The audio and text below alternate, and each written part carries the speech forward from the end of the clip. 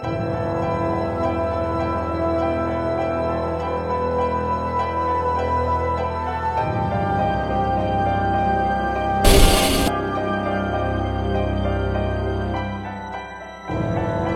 the immediate aftermath of the assassination of President John F. Kennedy, the American government came to the conclusion that a lone gunman had changed the course of human history by killing the most powerful man in the world with 3 rifle shots fired from the elevated window of an office building.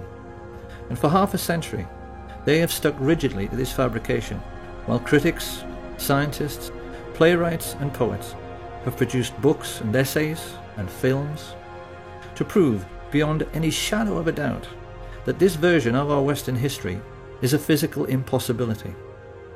Over and over again, we have been told that this man did it, by himself. He didn't have any help, and he did it because he was a lonely madman and a communist to boot. We are also meant to believe that there is nothing remotely suspicious in his being shot on live television in a basement full of police officers before he had a chance to tell his side of the story. So there is quite clearly no need to investigate further. Of course, every thinking person knows this is absolute nonsense. And being nonsensical, it naturally leads thinking people to ask some very important questions, like, why did the American government come up with such a lame and improbable scenario to account for what had happened? And then why did they stick with it so dogmatically for so many years afterwards? Exactly what and who are they protecting? And how can it be that even such venerable institutions as the BBC have played along with this charade in the intervening decades? We now know that there were actually 8 riflemen firing at the president on that day. We know where they were located in Dealey Plaza, and we know their names. However, those with sharp eyes will already be asking themselves why we were only showing the location of 6 assassins in this schematic. We're doing this because any casual onlooker who happened to be in Dealey Plaza at 12:29 on November 22nd, 1963, might well have caught sight of these 6. Many people did. Witnesses like Arnold Rowland, Richard Randolph Carr, Lee Bowers, Amos Hewins, Mary Moorman, they all gave precise descriptions of men they observed in the windows of the book depository and on the famous grassy knoll. But none of them observed 2 of the riflemen who shot at the president. No one did. And the reason why no one did is itself the key to the mystery. A mystery which begins with a very simple question. Supposing you wanted to shoot at a man on a barren, empty street without anybody seeing you, where could you possibly hide? However, the riflemen who took part in the assassination were not as important to an understanding of what the Kennedy assassination was really all about as were a group of 20 men who had gathered together the night before at the home of Dallas oil millionaire Clint Murchison. These men were a much more important part of the story than the assassins themselves, because they hired the 8 snipers and paid them. We even know how much they paid them. So who were these men? What brought them together to orchestrate such a foul and despicable deed? Why did they, and more importantly those who came after them, cover up the crime with such ruthless brutality for so long afterwards? And how can it be that these men and what they stood for has left an indelible legacy which still influences our daily lives right up to the present day? To answer these questions, we must inevitably step back into history, and most people will not like this very much, because most people have very little interest in history. This, however, is going to be a history lesson, quite unlike anything that anyone has ever heard. It certainly will be nothing like what we are taught in school, and yet it begins with a name which most people have heard, but probably won't be able to place. The name of E.H. Harriman. Who was E.H. Harriman? Dynamite's ready, Butch. Mr. E.H. Harriman himself, he had the confidence of... Open the door or that's it! You think E.H. Harriman would get himself killed for you? Woodcock? I worked for Mr. E.H. Harriman on the Union Pacific Railroad, and he entrusted me. I'm sure Americans in particular will be amused to learn that Edward Henry Harriman was actually a real historical figure. This man was one of America's first industrial giants, and like the Rockefellers in oil and the Carnegies in steel, he got his start by borrowing money from the Rothschilds, of whom we'll hear more later, to create a monopoly for his own business, which was railroads. He was the 19th century railroad king. It was a monopoly which wouldn't be allowed today, and it helped in turn to create the Rockefeller oil monopoly. Now, this gave America's first industrial giants colossal power. These were the first people in human history, we mustn't forget, whose businesses were worth more than most countries. People whose fortunes dwarfed anything that the Caesars or the Tudors or the Medici ever dreamed of. So, being greedy, they used this power to engage in price fixing. Naturally, they formed a cartel. Their attitude was that they could charge whatever they liked for steel and oil and transporting goods on the railways. They knew that all American business was dependent on them, and they'd made sure there was no competition. So they could ignore market forces and charge pretty much whatever they liked. Now, this naturally caused resentment, and it's very interesting that the press at that time started calling these first Illuminati bankers and industrialists robber barons. Of course, once these fortunes began to be made, others naturally tried to get in on the act.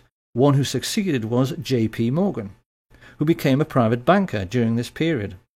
But modern critics have discovered that far from being the richest man in America everyone thought he was, it turned out upon his death that Morgan actually only owned 17% of Morgan Bank, and that like so many others he was simply a front for the Rothschild family. 5 years after E. H. Harriman died and handed on the business to his sons, W. Averill Harriman and E. Rowland Harriman, this new breed of Western business moguls faced their first really big test with the coming of World War I. Once again, we must never forget that this was the first time in human history that a truly global conflict had been fought. It was sure to have long-lasting international repercussions, and many observers at the time had their doubts as to whether Western industrial capitalism, which was still in its infancy, could cope with the demands of war production.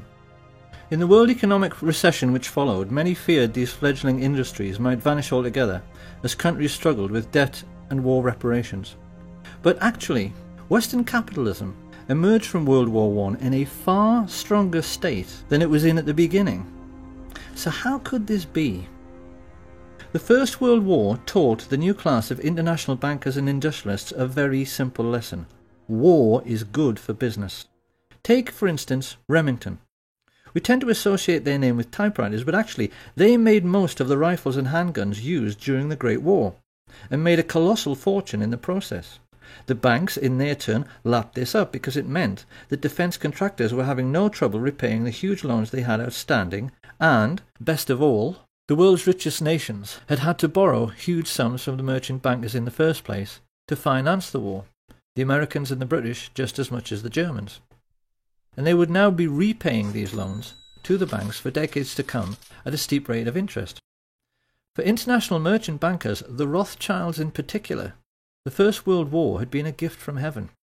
And people watching this should ask themselves a simple question before passing judgment. Supposing you were in business during that war, and the contract you had with the government to supply the troops with tin hats, or boots, or uniforms, or gunpowder was netting you millions every year in profit.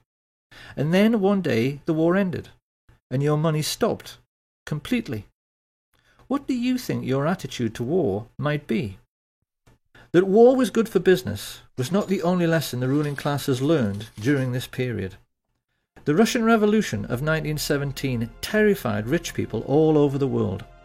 Watching Lenin and Trotsky taking over such a vast area of the globe, the kings and queens of Europe's tiny sovereign states in particular became extremely nervous. The question on all their minds was, supposing the communist success in Russia should inspire their own working class to rise in revolt.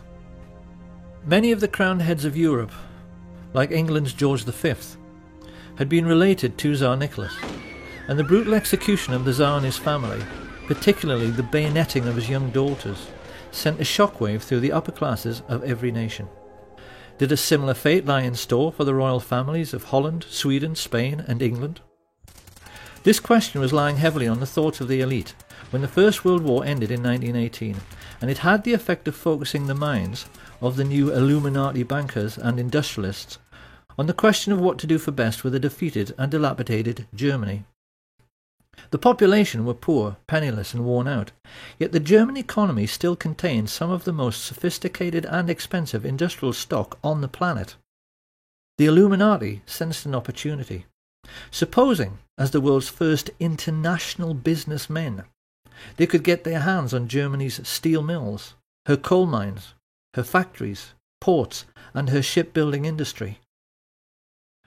Over the years, certain names have become very familiar to those who maintain an interest in the Kennedy assassination, none more so than Allen Dulles, whom Kennedy fired after the Bay of Pigs disaster, and yet later he somehow managed to chair the Warren Commission, which was supposed to be investigating Kennedy's death. Something few people know, however, is that Dulles and his older brother John Foster Dulles wrote the Treaty of Versailles. They were both lawyers of Sullivan and Cromwell, and it was largely they who decided that the German people must pay war reparations totaling 135 billion marks. A mind-boggling sum at that time, which today translates into 250 trillion. When this was announced, the legendary UK economist J. Maynard Keynes maintained it was a ludicrous sum, and he did a swift calculation from which he reasoned that it would take Germany until 1988, 60 years hard labour, to pay it off. But it didn't. So why? Maynard Keynes sensed that the Dulles brothers, backed as they were by the new Illuminati, were trying quite deliberately to sabotage the German economy, and they succeeded. As mass unemployment led to hyperinflation, the famous stories of people papering their walls with worthless Reichsmarks and handing over their life savings for a loaf of bread soon followed. With German investors on their knees, the new Illuminati moved in and began buying up shares of stock in German industry at a knockdown price. Now, why did they do this? The cynical mind would say to make a buck, but it really wasn't that simple. What they wanted was to make Germany strong again so that she would become a bulwark against Soviet communism. Germany was fighting for its life. Certain measures were needed to protect it from its enemies. I cannot say that I am sorry we applied those measures. We were a bulwark against Bolshevism. We were a pillar of Western culture. A bulwark and a pillar the West may yet wish to retain. It was around this time that the newspapers, which these same rich people owned, made sure the word Bolshi, a truncation of Bolshevik, entered the English language, so that we would associate Bolshevism with aggression. And it was with these subtle and not so subtle methods that the international elite began to shape our destiny for the remainder of the 20th century. The intellectuals of the period were furious. They were incensed, they were depressed, and you get a very good feeling of the political atmosphere of the time from the diaries of the Labour politician Harold Nicolson, when he writes, "We have lost our willpower since our willpower is divided. The people of the governing class think only of their own fortunes, which means hatred of the Reds. Our class interests cut across our national interests, and I go to bed in gloom." With such heavy investment coming into the country, particularly from America and Britain, Germany began to recover very rapidly. And then the new class of international financiers began searching around for a homegrown, authoritarian political movement they could support. What they needed was someone they could count on to be both aggressive and expansionist. Ultra-right-wing causes, which at normal times would have been ignored and marginalised, were suddenly given very careful consideration, until finally the rich elite found a man and an idea which they felt might deliver the political outcome they desired. Adolf Hitler and his fledgling National Socialist Party. At the same time that the world's rich elite began grooming Hitler for his starring role, they also became even more deeply involved in military intelligence. I say even more because the Dulles brothers, Averell Harriman, and the chief of Remington, Samuel Bush, a man referred to as the original Merchant of Death, had a relationship with American military intelligence stretching back into World War I. The lesson here being that the American variant of military intelligence started out with businessmen protecting their investments, just as if they were a mafia. Right from the very beginning, it had nothing to do with national security and everything to do with money. In Hitler, the Illuminati had found a ready-made stooge who could be the face of this autocratic new movement. And when the time came to put together a new secret intelligence service which was going to help protect all the money they had tied up in the German economy, these men also found one was readily available: the Order of the Skull and Bones at Yale University. Discussion of secret societies is something of a minefield because it so easily invites ridicule. It is very difficult for the general public to accept that the super-rich leaders of their Western world can possibly be as mad and deranged as they actually are. The public, generally speaking, are sensible and level-headed people who have to balance their checkbooks, so they inevitably tend to laugh at stories about Satanists and occult believers. But if you talk to any well-informed historians, they are all aware of the important role which various secret societies have played in human history. The Black Hand always played a pivotal role in the history of the mafia. If you talk to anyone in the UK who was political and read books, they are always aware that the ruling class of Britain, including every member of the royal family, is a Freemason. And the emblem of the death's head was sported on the caps of the high-ranking Nazi officers from the very beginning. The symbols of these secret societies always seem to play around with some kind of skull and bones motif, so that it's abundantly clear what their mission statement is. These people are pirates, willing to commit any crime for big money. And they first became established in America at Yale University in 1833 with General William Huntington Russell and Alphonso Taft. Of course, being a secret society, they made other people curious about them, and in 1867 some undergraduates from a rival campus society broke into their headquarters to see what this skull and bones thing was all about.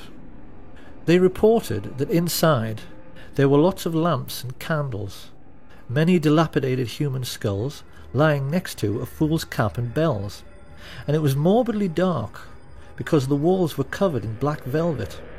Having established a suitably satanic atmosphere, initiation rites were then performed on new members, who had to engage in group masturbation and sodomy while they lay in a coffin. Now, it's very easy to dismiss all of this as bizarre, silly and irrelevant until you see the list of Skull and Bones members who have ruled America since Skull and Bones began. Although they only graduate 15 initiates a year, those 15 have always gone on to occupy the very highest positions in American society. US Secretary of State William Max Evarts was a bonesman, as was Treasury Secretary Franklin McVeigh, Chief Justice Simeon Eben Baldwin, and the 27th President of the United States, William Howard Taft. The founder of American football, Walter Camp, came through Skull and Bones, as did the very first chairman of the Federal Reserve, Pierre Jay, and director of Standard Oil, Percy Rockefeller. Averell Harriman, the son of E.H. Harriman and founder of Harriman Brothers, the largest investment bank in the world, was a bonesman, and so were both of the George Bush presidents. During his premiership, John F. Kennedy was surrounded by bonesmen like McGeorge Bundy and David Acheson, son of Dean Acheson. Kennedy knew these men refer to each other as brothers under the skin. They swear an oath of secrecy and then ruthlessly vow to help each other's careers in any way they can throughout their lives, even if it means committing murder. In Britain, every literate person knows that all of the top police officers are Freemasons, because if there are 10 candidates for a top job, a Mason will always select a brother Mason for the post. Skull and Bones works the same way, and JFK took this problem so seriously that he even made speeches warning America about the danger of secret societies. The very word secrecy is repugnant in a free and open society, and we are, as a people, inherently and historically. He knew the people on this list were neither silly nor irrelevant. because he knew they were the real holders of power in America, operating as they were, as an unelected shadow government accountable to no one. And it was these same people who brought Hitler to power during the 1920s by becoming business partners with leading German industrialists. The reality of the situation prevailing at that time can be very easily understood simply by looking at the cover of Fritz Thiesen's book, I Paid Hitler, on which he is depicted as a puppet master controlling Hitler's strings. Thiesen was a billionaire industrialist. He was the man who built the Bismarck. His company, United Steelworks, made 3/4 of all Germany's steel, and he joined together with Skull and Bones members Prescott Bush and George Herbert Walker to financially assist the Nazi Party. Together they recruited head of the German central bank Hjalmar Schacht to the fascist cause, and then combined with other leading industrialists to sign the letter which convinced Hindenburg to appoint Hitler as Chancellor on the 20th of February 1933. Had anyone inquired around this time about the postal address of the Nazi Party, they could legitimately have been told that it was 39 Broadway, Manhattan, New York, because this was where Averell Harriman, Prescott Bush and George Herbert Walker kept their office. And being no fool, Fritz Thyssen used their banking services to set up secret cash funds funneled through another bank in Rotterdam, the Bank voor Handel en Scheepvaart, to finance the building of the first official Nazi Party headquarters, the Brown House. This was all done with the full cooperation of the Dutch bankers, who orchestrated this entire sinister business with the assistance of the Thyssen family lawyer, Allen Dulles. Of course, the Germans themselves were ecstatic. We've all seen the newsreels from that time in which they are stomping around in their jackboots, acting like a master race, because they had swallowed the propaganda that they were being led to glory by a Superman who had rebuilt the economy and Germany's infrastructure all by himself. This was a lie. Hitler didn't have any money. You can only build autobahns with one thing: capital investment, and that investment came mainly from America. The Nazis were also given a lot of help from the City of London, help which came mainly in the shape of Sir Montague Collett Norman, Governor of the Bank of England.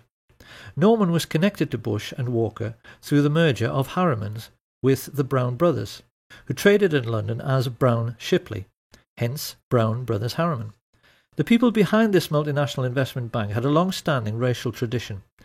Few British people at the time were aware that they only enjoyed relatively cheap clothing, because it was all made from slave cotton brought from America on the Brown Brothers ships and sold to British mill owners. Montague Norman was heir to this colossal Brown Brothers fortune. As the de facto head of world banking, he made no secret of his only being interested in the richest 1% of people.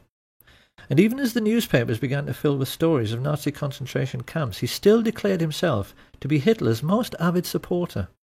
"We must lend Nazi Germany 90 million marks," he declared. "It may never be repaid, but it will be less of a loss than the fall of Nazism." One might have thought Sir Montague's close personal friends, the royal family, would have been outraged by his comments. Nothing could be further from the truth. It is part of the remit of this film to try and make people aware of the tricks the rich play in order to control how we think. George Orwell once said that the ruling class in every age have tried to impose a false view of the world upon their followers. And there's no better example than the way in which the British have been duped into believing that their royal family are called Windsor and descend from English kings like Henry VIII. The British royal family are, actually, German, and their real name is Saxe-Coburg-Gotha. They only changed it to Windsor after Windsor Castle in 1917 to hide the fact that they were German during the First World War.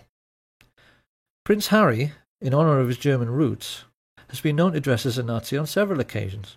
Dozens of critics have pointed out that the Duke of Edinburgh's brother was the head of the Nazi SS. And King Edward VIII, before he abdicated to marry the American divorcee Wallis Simpson, visited Hitler to make it abundantly clear to the whole world that he too was a Nazi. He even signed his name Herzog von Windsor. Thinking people during this period realized that this whole thing with kissing up to the Führer somehow transcended national boundaries. The rich people from the most diverse countries had bonded together because they all shared a common goal. The kings and the queens and the international bankers and industrialists wanted to make certain communism could never succeed. They were determined they weren't going to finish up like the Russian royal family, and they were determined to hang on to their money. They were much more afraid of the ordinary working people in their own countries than they were of fascist Germany. And this prevailing sentiment amongst the world's ruling class led America's elite to attempt a fascist coup d'etat in 1934. I hope it will be plain to people by now that Hitler's economic miracle is the greatest myth in human history. There was no economic miracle. There are no miracles. And if there are, why can't the Germans do it all again now? If you want to construct a network of new roads and new steelworks and new factories, you need one thing: money. You need investment. And the investment didn't come from Hitler. It came from Brown Brothers Harriman and their business associate, Fritz Thyssen. It came from Hjalmar Schacht and his best friend, Sir Montague Collett Norman. It came from men like Axel Wenner-Gren, the Swedish multimillionaire arms manufacturer, and Charles Beddoes, the French business mogul. These people were all in the same bed with their Nazi friends, the Duke and Duchess of Windsor, the Dulles brothers, Prescott Sheldon Bush, and George Herbert Walker, with whom they'd created the Union Bank for laundering Nazi money. And with stage one of their plan for world domination complete, they now turned to the second phase, which was meant to be the overthrow of American democracy and the imposition of fascist government upon the United States. In order to pull this off, these Nazis raised money from America's richest families, many of whom, in this new consumerist society, had become household names. The Colgate family, the Birdseye family, the DuPont family, the Rockefeller family. These people handed over millions to the American financiers of Hitler so they could hire, train and supply a private army which would attempt to overthrow the democratically elected government of Franklin Delano Roosevelt and impose fascist dictatorship in America. Of course, it's natural to wonder, considering they had such advantages, how on earth they failed to pull it off. The simple answer is that they chose the wrong man, because their choice to lead this Nazi insurrection was Major General Smedley Darlington Butler, the most decorated soldier of the period and in all of American history, perhaps the most unsung hero of all. Because Smedley Butler was the most genuine Democrat and lover of liberty the world has ever seen. I appeared before the Congressional Committee, the highest representation of the American people, under subpoena to tell what I knew of activities which I believe might lead to an attempt to set up a fascist dictatorship. The plan as outlined to me was to form an organization of veterans, to use as a bluff, or as a club at least, to intimidate the government and break down our democratic institutions. The upshot of the whole thing was that I was supposed to lead an organization of 500,000 men, which would be able to take over the functions of government. My main interest in all this is to preserve our democratic institutions. I want to retain the right to vote, the right to speak freely, and the right to write. If we maintain these basic principles, our democracy is safe. No dictatorship can exist with suffrage, freedom of speech and press. Smedley Butler tricked the plotters into thinking he was interested for just long enough until he was sure who all the major players were, and then he told the president. This put FDR in a quite impossible position. America at that time was just coming out of the Great Depression. The last thing he wanted was to cause another economic downturn, and he feared that if he scooped up all the leading bankers and captains of industry in the United States and threw them all in jail, the country just might fall apart. So what could he do? To Smedley Butler's utter incredulity, he chose, in the end, to do nothing. In spite of the fact that these men had committed treason and should have been hanged, their power was such that they were not even charged, let alone tried, and so great was their influence, they were able to keep America out of the war until December the 7th, 1941.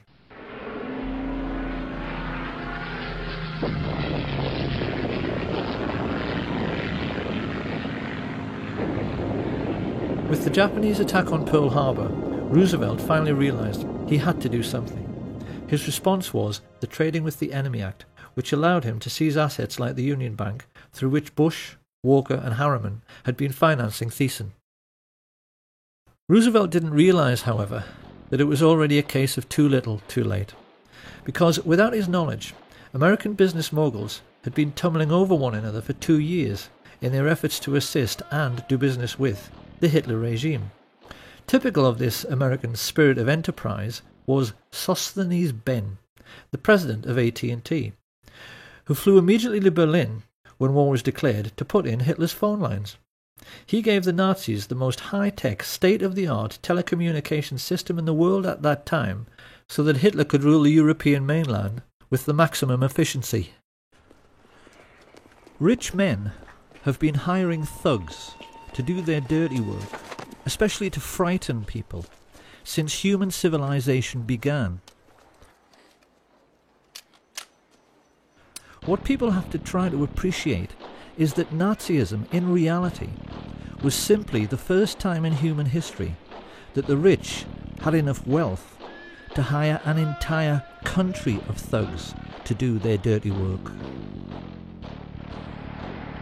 Some of the most emotive images in world history are those of the Nazi war machine sweeping across the Low Countries to begin their occupation of France, and people have always assumed that the trucks used for the miles-long troop convoys must have been German trucks.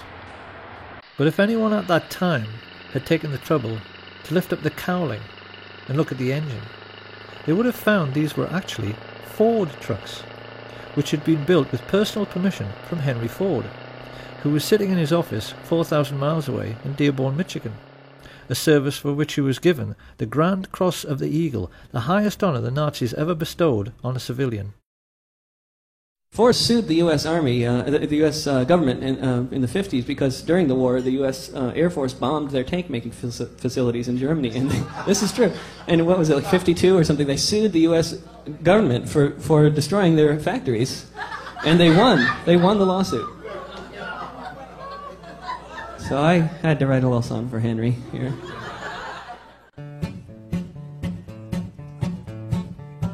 Ford built tanks for the Nazis, and the Nazis used those tanks to gun down lots of soldiers in the U.S. Army ranks. Yes, Henry Ford was a fascist, and a nasty one was he. He built tanks for anyone for the proper fee. Hitler so admired Henry Ford, he kept a life-size portrait of him on the wall next to his desk, and even his legendary Panzer tanks were tainted by these sorts of practices, because they were made by I.G. Farben, who had entered into a cartel with the Rockefellers' Standard Oil. The government in Washington knew all about this, and largely did nothing. Licensing arrangements for trading with the enemy in wartime were issued without any fuss, even to the extent that after the occupation of France, the Chase and Morgan banks in Paris simply carried on doing business as usual. The incredible truth, which the rich elite have managed to hide from the world for 70 years through their control over school books and our education system, is that the Nazi war machine was actually an American business. And for the Rockefellers, DuPonts, Harrimans, Walkers and Bushes in particular, it was a highly lucrative business. For their part, Coca-Cola's contribution to the war effort was to sell billions of soft drinks to the thirsty Nazis, while they were strafing and bombing Allied soldiers, particularly in very hot regions. In the desert, where refrigerators tend to be scarce, there were even stories of Messerschmitt pilots wrapping wet towels around bottles of Coke, tying them to their aircraft, then flying up to altitude, where the cold and the wind chill turned the wet towel into a solid block of ice.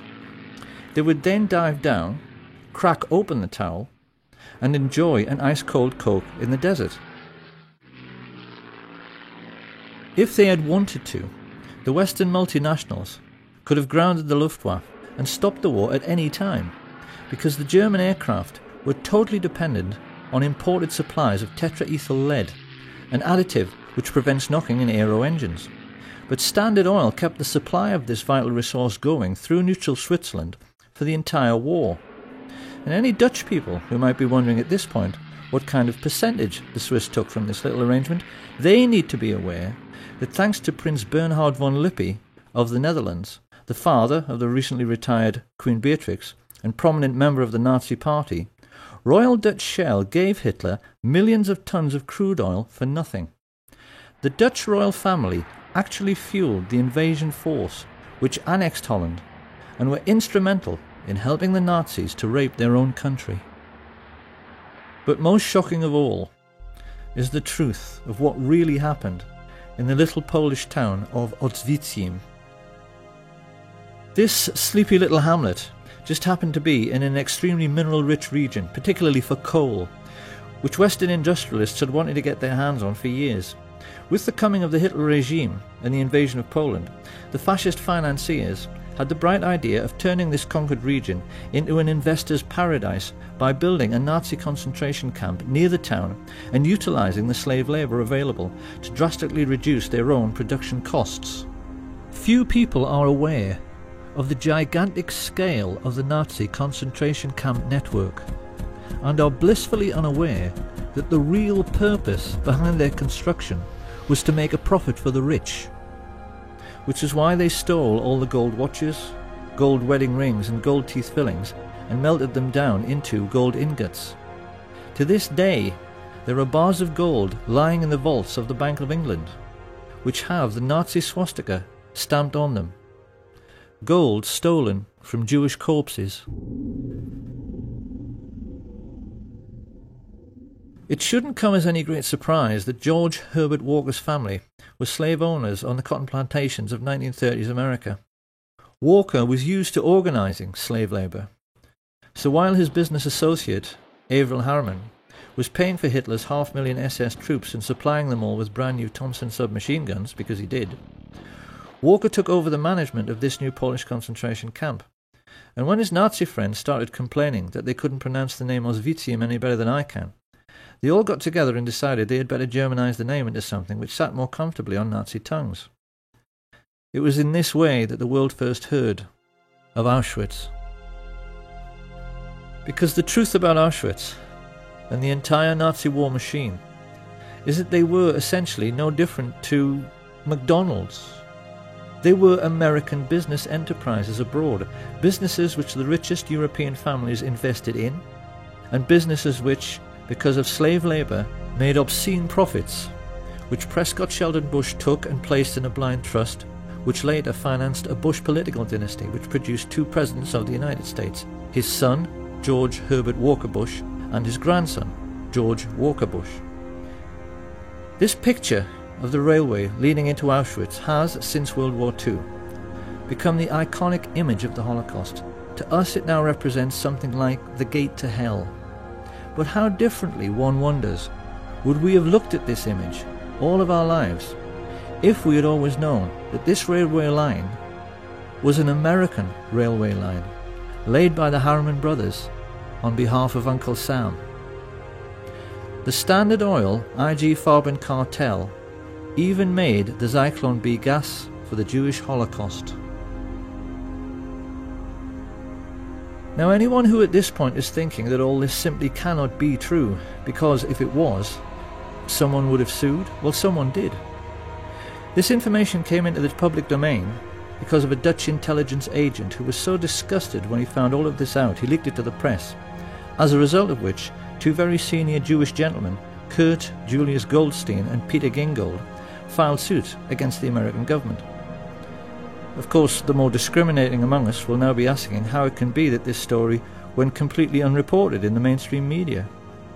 One might just as well ask why the Times in London was writing favourable stories about the Nazi concentration camps throughout the 1930s, and why Lord Rothermere was still referring to Hitler as a great gentleman as late as 1940. You really would think by now that people would have realised that it isn't so much the bias in the media which really matters, it's the things they know about, but never tell you, that really matter. Because the truth is that the press knew exactly what was going on in the concentration camps all through the war. They never said a word about it, because they knew who was making money from the slave labour. Where was the mafia while all this was going on? Well, a great deal which historians have learned recently, especially from sources like Double Cross, the book written by Sam Giancana's brother, has made it clear that the Mafia was much the same as the so-called German economic miracle and the American finance Nazi war machine in concentration camps. The mob, in reality, was a very different animal from the one portrayed by the movies and the media. American feature films have tended to focus on the exploits of gangsters like Richard Kane, the famous crime-busting Chicago cop who was planted in the police force to be a spy for Giancana, and hoods like Charles Nicoletti and Milwaukee Phil Aldericio, two of his favourite hitmen, who built their own hitmobile so they could shoot people from the back of a moving car. Amongst many other atrocities this pair committed was one in which they forced the head of Billy McCarthy into a vice and squeezed until his eyeball popped out, an incident which a certain American film director felt was so entertaining he included it in one of his movies.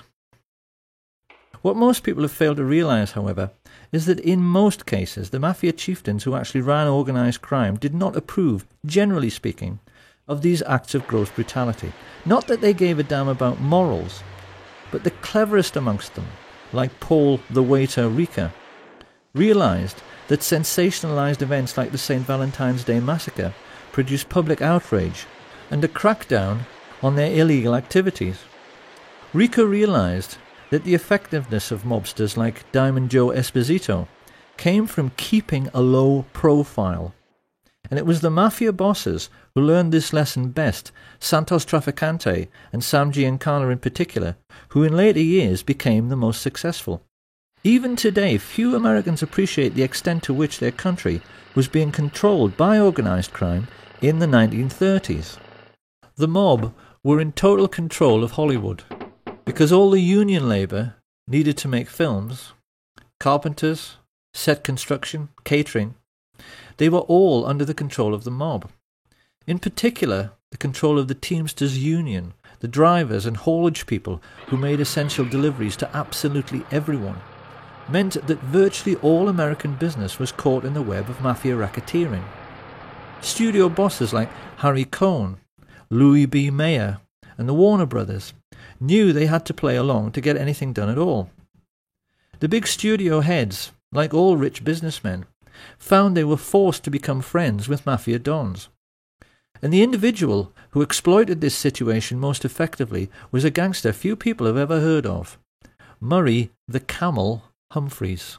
Generally speaking, the ethnically Italian gangsters of this period were coarse, brutal, and most importantly, ignorant men. They had no education. They couldn't hold an intelligent conversation because they'd spent no time in school. Don Corleone, I am honored and grateful that you have invited me to your daughter's wedding.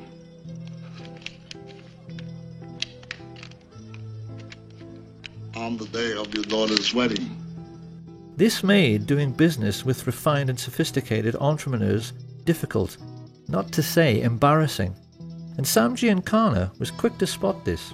So whenever a business deal needed to be made by someone with style and sophistication, he would send along his silver-tongued Welshman, Murray the Camel, so called because he was known for being sartorial and for cutting a dash in expensive camel hair coats. Humphreys became a crucial figure during the pre-war period because his contact with the luminaries of Hollywood meant he received invitations from senior politicians who wanted to rub shoulders with stars like Clark Gable, George Raft, Cary Grant, Gary Cooper, Marilyn Monroe and Frank Sinatra, all of whom were Mafia-controlled and used by the mob as bagmen, moving colossal sums of money around the country, because Giancana cynically realised the authorities were too starstruck to ever check their luggage. He even used a priest for the same purpose, who he referred to as Father Cash. And just as the priest was happy to take his percentage, so the politicians, who Giancana always maintained were the easiest to corrupt, were happy to do the same. In Esposito's time, he had boasted of buying votes for Calvin Coolidge. By the time of World War II, Sam Giancana was boasting to his younger brother, "We own the White House." He was adamant that every state governor, congressman and senior judge in the country was on the take, and the mob's most spectacular success, as they sought control over all the big players, was their corrupting of FBI Director J. Edgar Hoover. It's become fairly widely known in recent years that Hoover was a transvestite homosexual. What is less well known is the elaborate scheme he dreamed up for accepting mafia bribes. What he used to do was to go to the $2 window at the racetrack, where he was photographed many times by the press to give himself a clean, upstanding image. What the pressmen didn't know was that he always took along a crooked emissary who placed huge bets, which ran into the thousands, at another window on races which were fixed by the mob boss Frank Costello. By keeping Hoover supplied with millions in winnings and holding on to compromising photographs of the FBI chief having sex with his lover, Clyde Tolson, which several CIA agents claim they've seen, the mafia had American law enforcement entirely under their control. So the question then is, what do you do with that kind of power? The answer is that when you're the American mafia, you routinely wipe out what they call do-gooders. This is how organised crime has influenced American society for nearly a century. If a decent man becomes a rising star in politics and looks as if he might try to make a better life for ordinary people, they simply kill him as a matter of routine. And in the book they wrote together, Chuck and Sam Giancana Jr. are at pains to point out that a classic early case of this practice was the assassination of Anton Shermack. Shermack was a Democratic politician who had tried to crack down on Al Capone's bootlegging operations. Many felt he would go on to become a great president himself, until he was shot while on stage with FDR by Giuseppe Zangara. After the murder, Zangara claimed it was a political act, and he ought to be entitled to clemency because he simply hated all rich people. But this was actually what he'd simply been told to say by the mob, who were using him as a fall guy.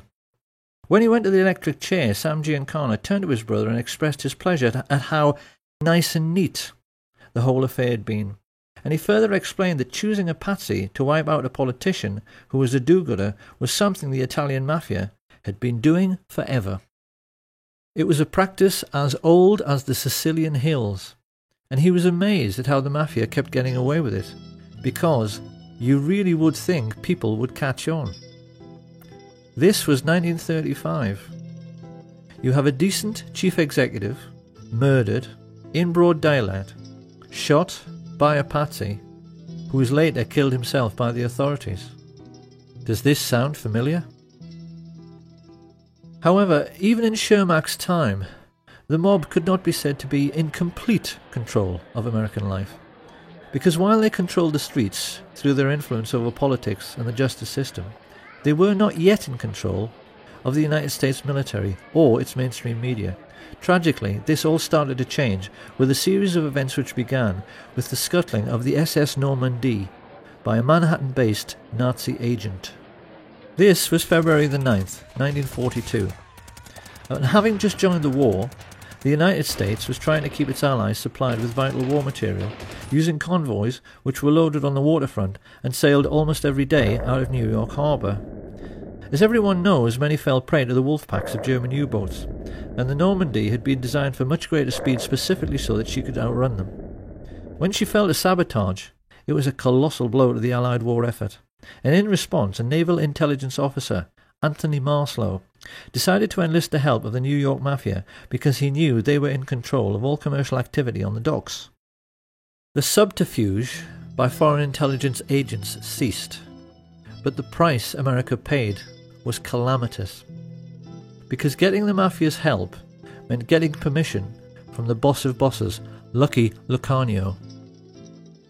It is one of history's great ironies that the United States government went crawling to the Mafia for help at a moment when the mob themselves had just been severely weakened and could have been crushed altogether by an administration with enough political will. The notorious Lucanio had just started a 40-year prison sentence in Great Meadow Penitentiary, and most of his Sicilian gangsters back home were already behind bars, having been caught up in Mussolini's Mafia purge. Being himself Italian, Mussolini knew there was only one way to deal with the Mafia, and when he came to power, he ordered his iron prefect, Cesare More, to simply lock up all the mafia families in Sicily, which wasn't exactly difficult because everybody knew who they were.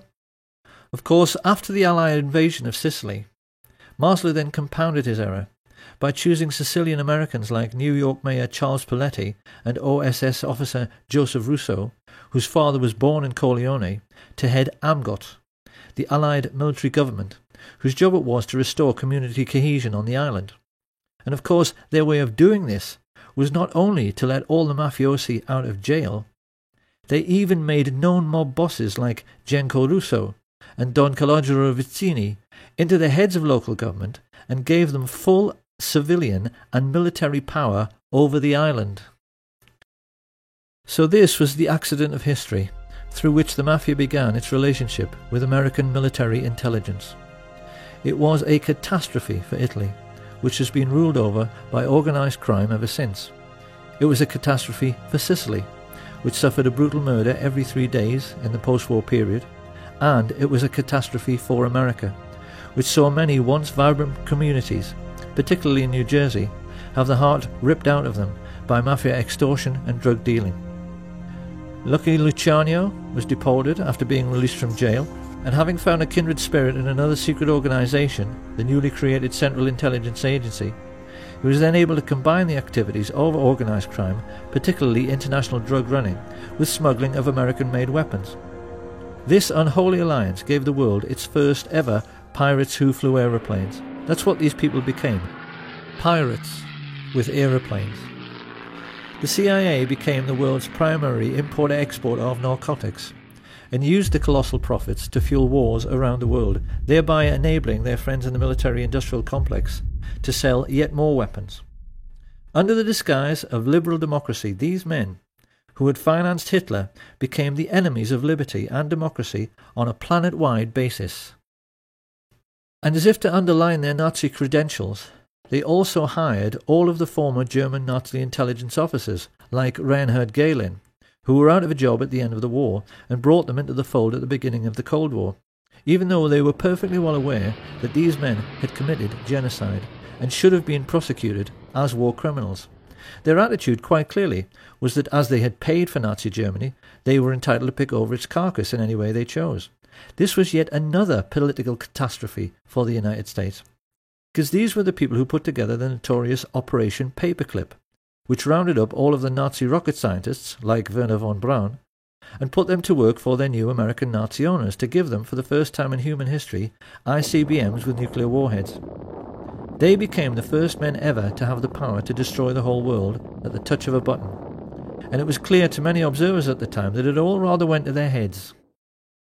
I can no longer sit back and allow communist infiltration, communist indoctrination, communist subversion, and the international communist conspiracy to sap and impurify all of our precious bodily fluids. They saw themselves as giants, who were looking down and laughing upon this planet of tiny fools who were stupid enough to go on and on killing each other while they sold arms to both sides throughout the Second World War. Focke-Wulf aeroplanes, which bombed American soldiers, were manufactured by IT&T. Allied sailors were drowning in a freezing North Atlantic because their convoys were sunk by guns of Nazi battleships, which swiveled on American-made ball bearings. American soldiers were crushed under the wheels of tanks and trucks made by Henry Ford and John Rockefeller, and gassed to death by the same people. Sam Giancana took the trouble to explain how this cynical process worked by composing just one terse, simple sentence, which his brother wrote down for posterity. People give their lives, he said, just so a few fat cats can make a killing. And this was precisely what Smedley Butler had tried to explain to the world with his book, War is Just a Racket. At the war's end, the rich elite found fortune continuing to smile on them. Firstly, they were able to control the utter farce of the Nuremberg trials, which should have hanged every single American merchant banker and leading industrialist. As it was, their contribution to World War II remained hidden from public scrutiny, and they were even allowed to gerrymander light sentences for their German Nazi friends, like Hjalmar Schacht, who got off with just a few years and later retired as a billionaire. But best of all was that the one man who might have been a check to their power passed away as soon as the war was over. And with President Roosevelt gone, and their first Nazi glove puppet Hitler also deceased, it became necessary for Prescott Bush to find another young politician to sponsor. In true American fashion, he decided to advertise. He placed an ad in the LA Times which candidly explained that a group of rich businessmen was seeking a young, ambitious, immoral and most definitely malleable politician who might one day run for president.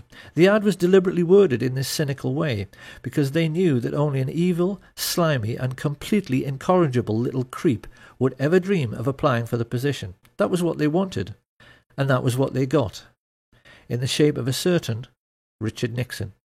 Here being congratulated on his success by his new master, Prescott Bush. And not long after this picture was taken, in 1947, Nixon engaged the services of a Jewish gangster who was working for Sam Giancana called Jacob Rubenstein, a man whom the world would one day come to know as Jack Ruby. Having bought themselves a new political puppet, this nefarious band of 20th century robber barons now took stock of their situation. The Hitler Project, as this rich elite called it, could hardly have turned out very much better. Their businesses had made colossal profits. Prescott had got his Union Bank back. The communist menace they so wanted to contain had almost sunk back in the Middle Ages with the ravages of war. And best of all was that they had now achieved the very world domination which Hitler had dreamed about. They knew that in this new age of modern telecommunications and high-speed jet travel, they had become the first group of robber barons in human history to dominate the entire globe, because they realized there was now absolutely no one left who could stop them from doing whatever they wanted to do next. However, they also realized that bombed out and dilapidated Europe would not be able to bear another war for many decades. This was why they now decided that their obscene business profits could only keep coming in if they moved their game of phony war into the Third World. And this was how the CIA came to instigate conflict throughout the Middle East, Southeast Asia and Central America. Chuck Giancana well remembers a conversation which he had with his mafia boss brother Sam during this period, in which he questioned him with genuine anxiety about the communist menace spreading throughout the world. The TV news was painting a sinister picture of a Soviet enemy with millions of fifth columnists, which was intent upon taking over the entire planet. Hadn't he heard of the domino theory, and wasn't he worried about it? In response, Sam Giancana simply smiled at his kid brother's naivety, and he asked him, didn't he realise that the United States, by which he meant the shadow government, not the official one, wanted to take over the world as well, and that the whole idea of communism was just the excuse they were using to do it? He told him that in China they had already succeeded in getting a member of the Chinese mafia, a brutal gangster called Mao Zedong, into power, just so they could sell more cigarettes in Asia. Communism was just their excuse. And it was pretty much the same story in the Philippines, with a crooked politician the mafia levered into power called Ferdinand Marcos. As for the United States, Big Brother Sam explained that the fat cats were fully aware that Americans will do anything for patriotism. Hence, you must always provide them with an enemy, a boogeyman. They won't overwork themselves just to make huge profits for fat cats for any other reason. So new enemies had to be found or created. This is what Joe McCarthy's Reds Under the Bed scare had really been all about. And they used the same excuse in Laos, Chile, Guatemala, El Salvador, Iran, Honduras, Vietnam and Cuba.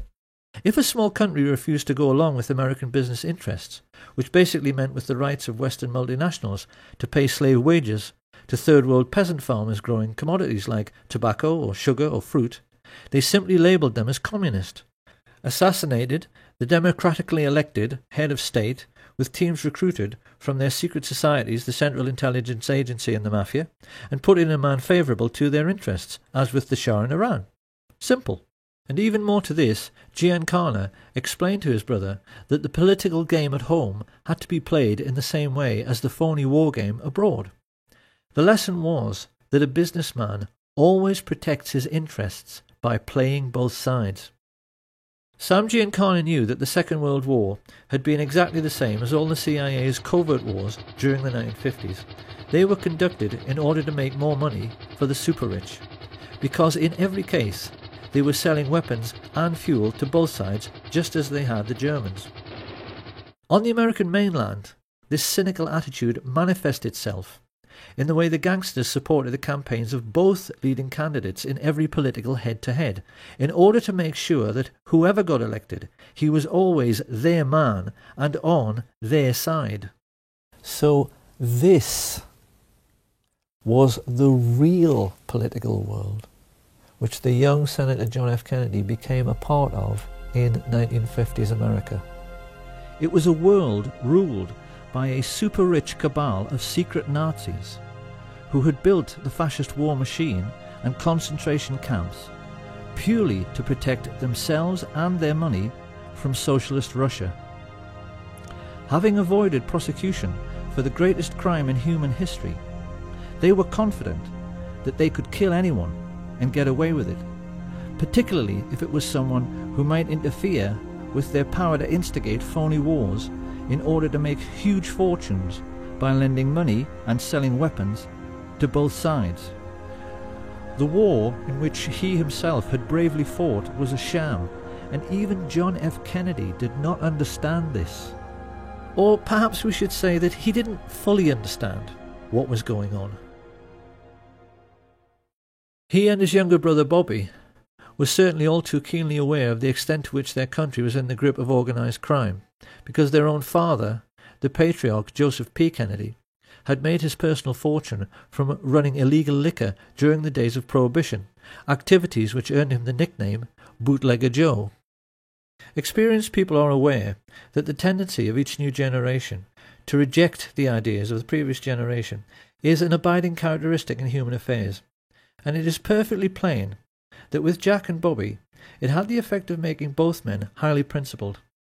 Their own father had associated with crooks and gangsters, and it was quite clear from their style and their outlook that they had made a commitment to make up for the sins of their father by rejecting this sinister world of hoods and crooks and corrupt politicians, by being honest and decent. If you take a look at any group photo from the early days, it's clear these men are being determinedly clean-cut, with the accent heavily on the clean part. They knew their father's generation were dirty. It couldn't be more obvious that they were determined to be the opposite. The question was, how were they going to free themselves and their country from the entanglements of the crooked politicians and the psychopathic mafia dons, who together were controlling the whole of American life like some multi-legged fascist octopus? How they were going to pull this off was something they were discussing ad nauseam when, in the late 1950s, they found out their father was in big trouble. A contract had been taken out on Joe Kennedy's life by the Purple Gang, the Jewish mafia of New York, who had accused him of swindling them out of a fortune. Joe Kennedy was really scared, and he turned for help toward the one man in North America who he knew had the power to get the contract called off, Sam Giancana. Giancana had done business with Kennedy for years, so he agreed to help, but he wanted something for it. He was all too aware of Joe's political ambitions for his son and of JFK's outstanding good looks.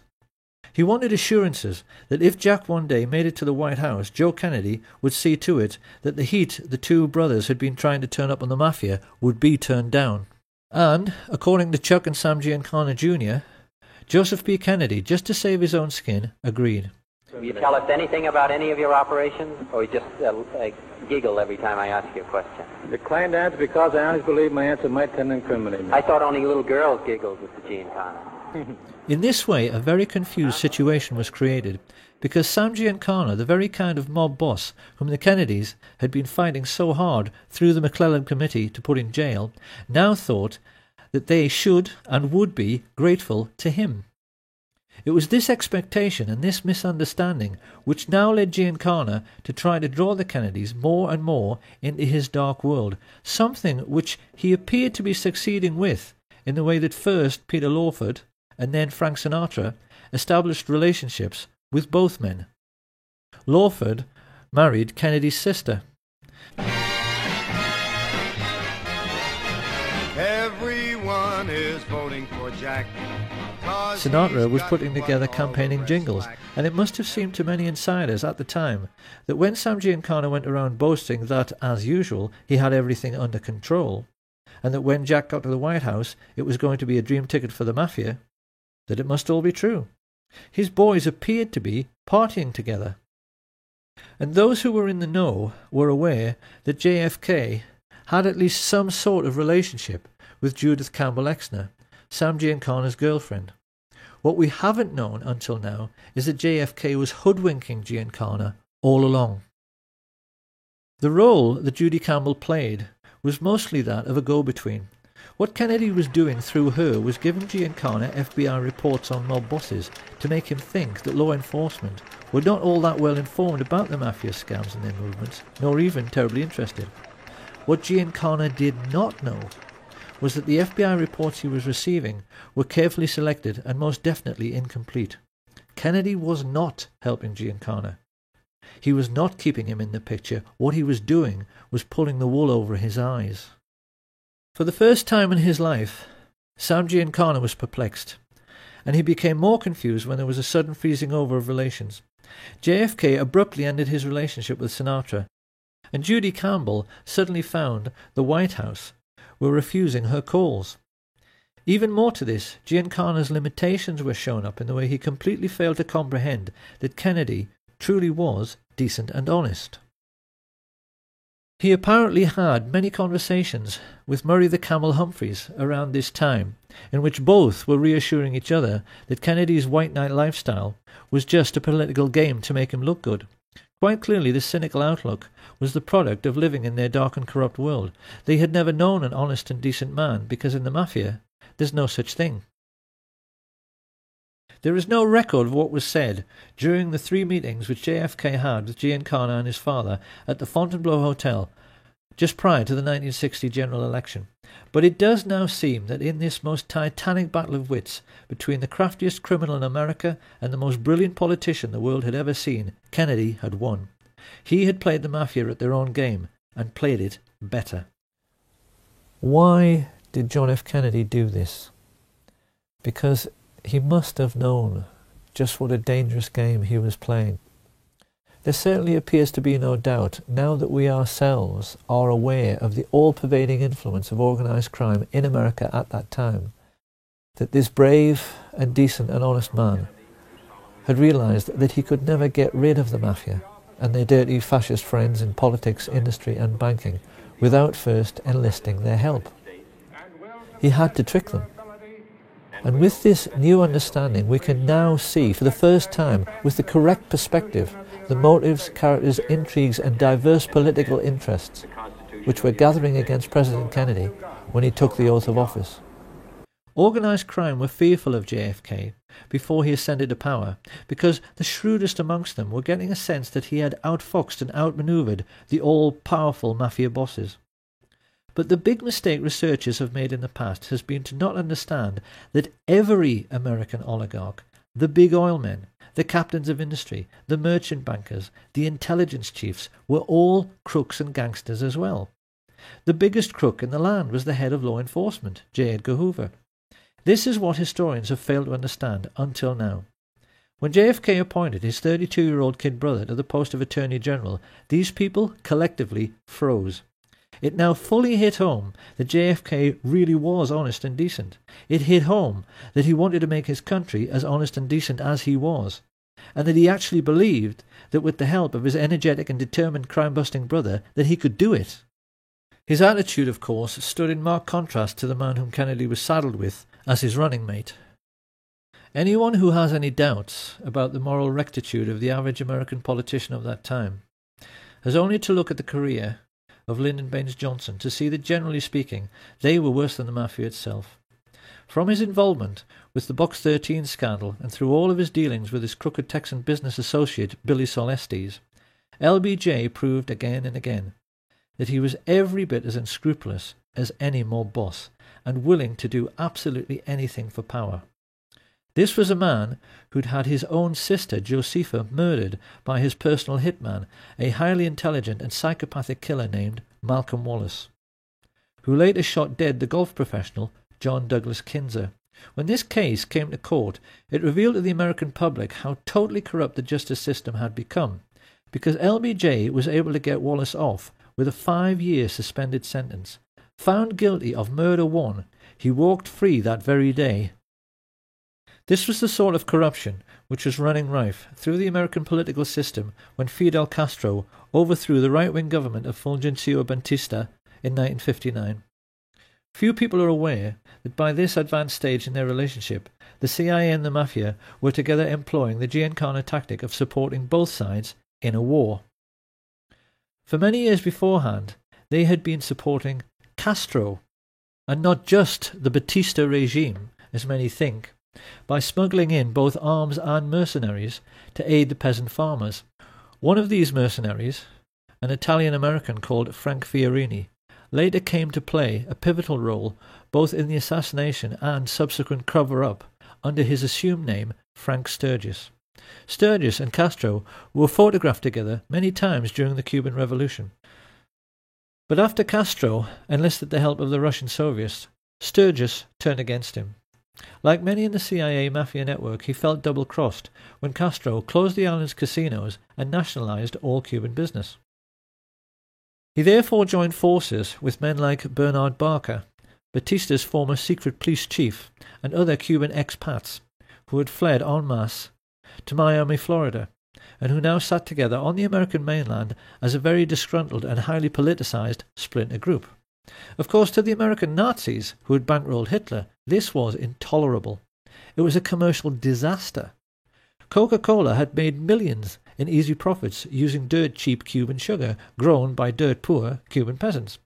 They were now being told by an upstart third-world dictator that they would have to pay for sugar at the normal market rate, and the Mafia were losing millions every single day from the loss of illegal gambling.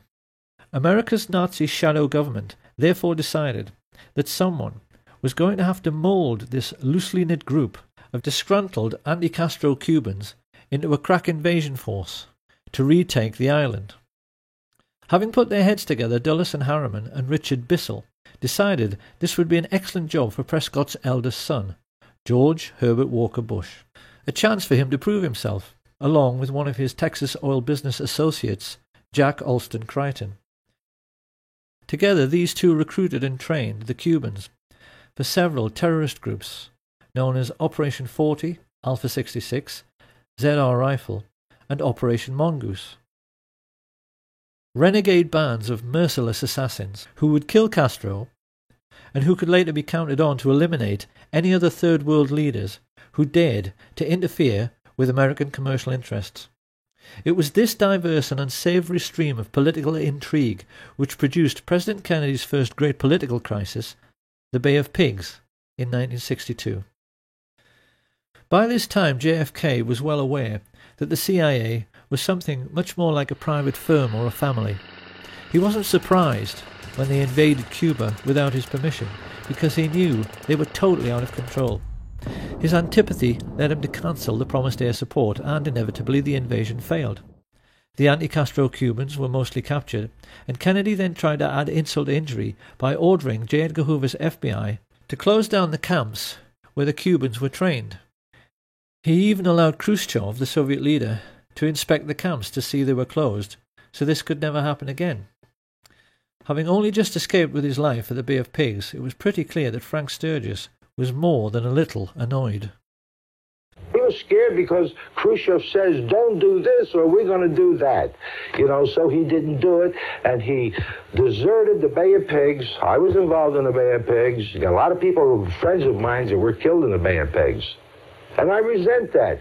Don't play political games with me. I'm a military man. I'm a soldier. I go fight. But damn it, if I risk my ass out there and I'm getting shot at, I don't want some stupid-ass politician to go ahead and make deals behind my back where my people or maybe myself are going to get killed. I don't like that.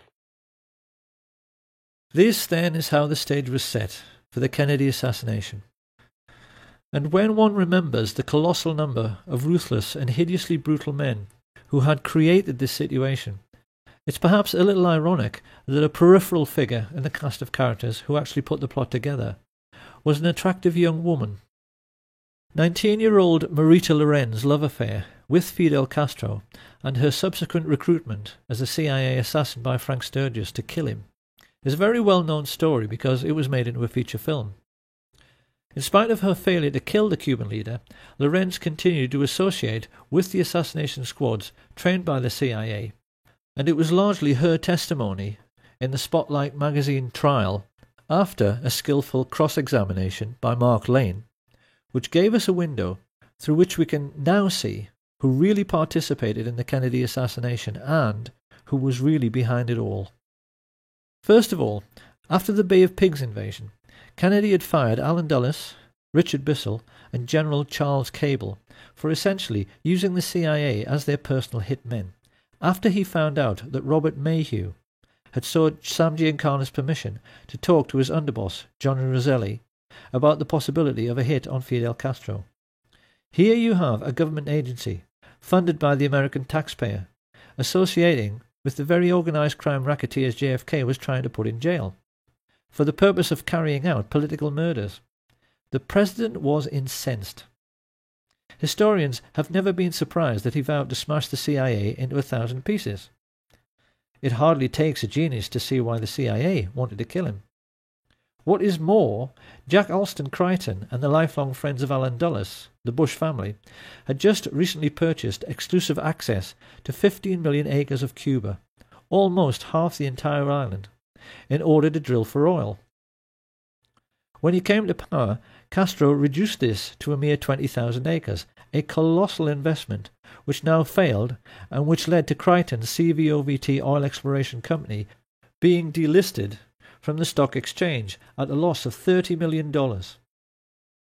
Crichton and George Bush's friends, the Texas oil billionaires, Clint Murchison and Haroldson Lafayette Hunt, also knew that Kennedy wanted to end their most vital tax break, the oil depletion allowance, and their bosom buddy, Vice President Lyndon Johnson, was standing at this time with one foot in jail and the other on a banana skin due to his involvement in the corruption scandal now breaking around his favourite assistant, Bobby Baker.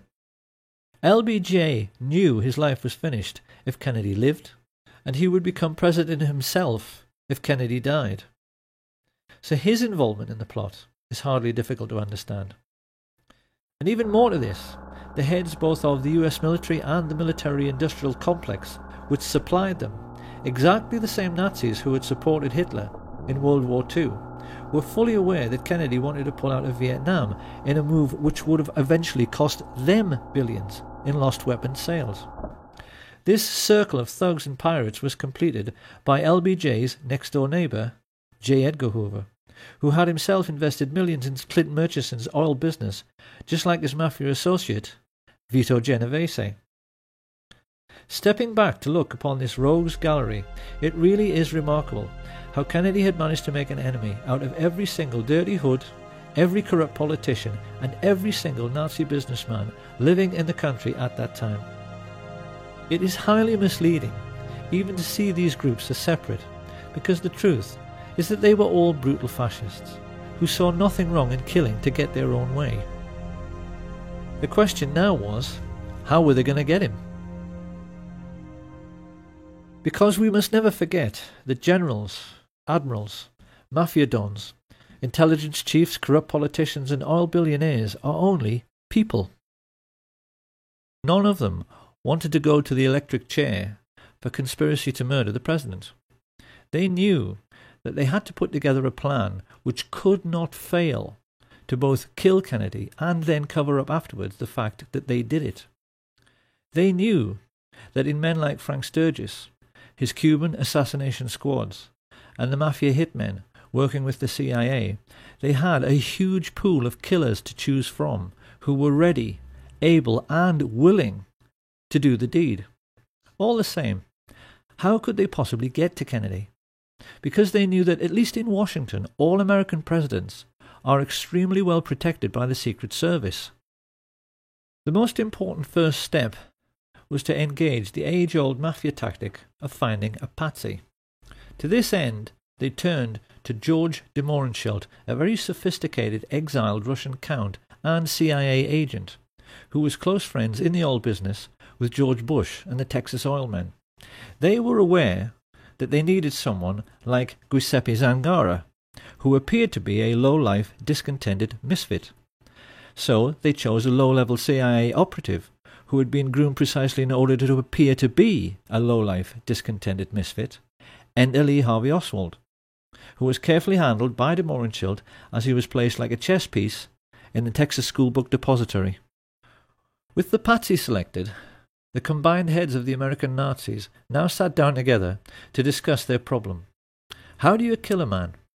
Riding in an open car on a public street in front of hordes of people without being seen. And then, how do you cover up forever afterwards the fact that this was a conspiracy and not the work of a lone nut? The plotters were keenly aware that it was the second question which posed the biggest problem. The professional military men like Colonel Ed Lansdale and Admiral George Berkeley, Kennedy's personal physician, were well aware that there are any number of ways to hide or disguise a sniper: behind trees, inside other vehicles, behind windows in office buildings. But this was a plot which had to have an absolute guarantee of success.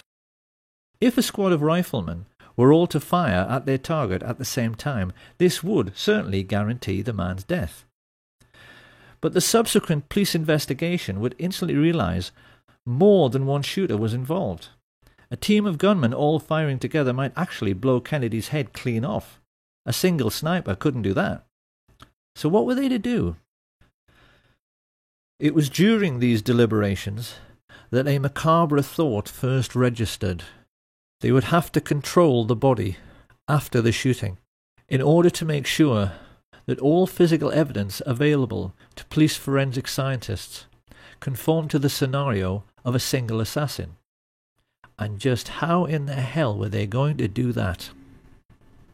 By way of preparing the ground, Sam Giancana now ordered Richard Nixon's political associate Jack Ruby to keep Oswald snug under his wing, and then to set about hiring the best local riflemen, preferred candidates being men like his close friend Charles Boyd Harrelson, the father of Hollywood actor Woody Harrelson, who had proven his hitman credentials by shooting dead dozens of men for money. He then turned to his mafia associates Carlos Marcello and Santos Trafficante to supply the best gunmen from their cities, while he himself instructed the well-known underboss Tony Accardo to give the Chicago end of the contract to Giancana's favourite and most trusted hoodlums, Charles Nicoletti and Milwaukee Phil Aldericio. This pair had to be flown in 1,500 miles to the ranch of mafia hood Peter LaCavale, and then driven the remaining 600 miles to Dallas. It had been agreed with Giancana's and Genovese's oil business partners H.L. Hunt and Clint Murchison that every gunman would be paid $50,000 for the hit, and that the oil men would stump up the cash, so there was no way of tracing it back to either the mob or the CIA. For their part, Jack Crichton and George Bush were trying to lay the groundwork at the street level with the mayor Earl Cable, the brother of CIA chief Charles Cable, whom Kennedy had fired. Both the Cable brothers were crucially important in the development of the fine details of the plot, because they agreed to allow Crichton and his associates George Lumpkin, the Dallas police chief, Lieutenant Colonel George Whitmire, and Harry Weatherford to make use of their 488th Military Intelligence Detachment, a privately funded part-time intelligence force which had amongst its ranks many members of the John Birch Society, the Ku Klux Klan, and around half of all the serving police officers in Dallas. The plotters realized this was a masterstroke, because it meant they could control the streets and the crime scene, but they also realized that when the shooting occurred, the response of at least half the police on duty would appear to be completely genuine. And yet for all this intricate planning, involving, as Sam Giancana later admitted, dozens of men, the American Nazis were aware they still had a problem.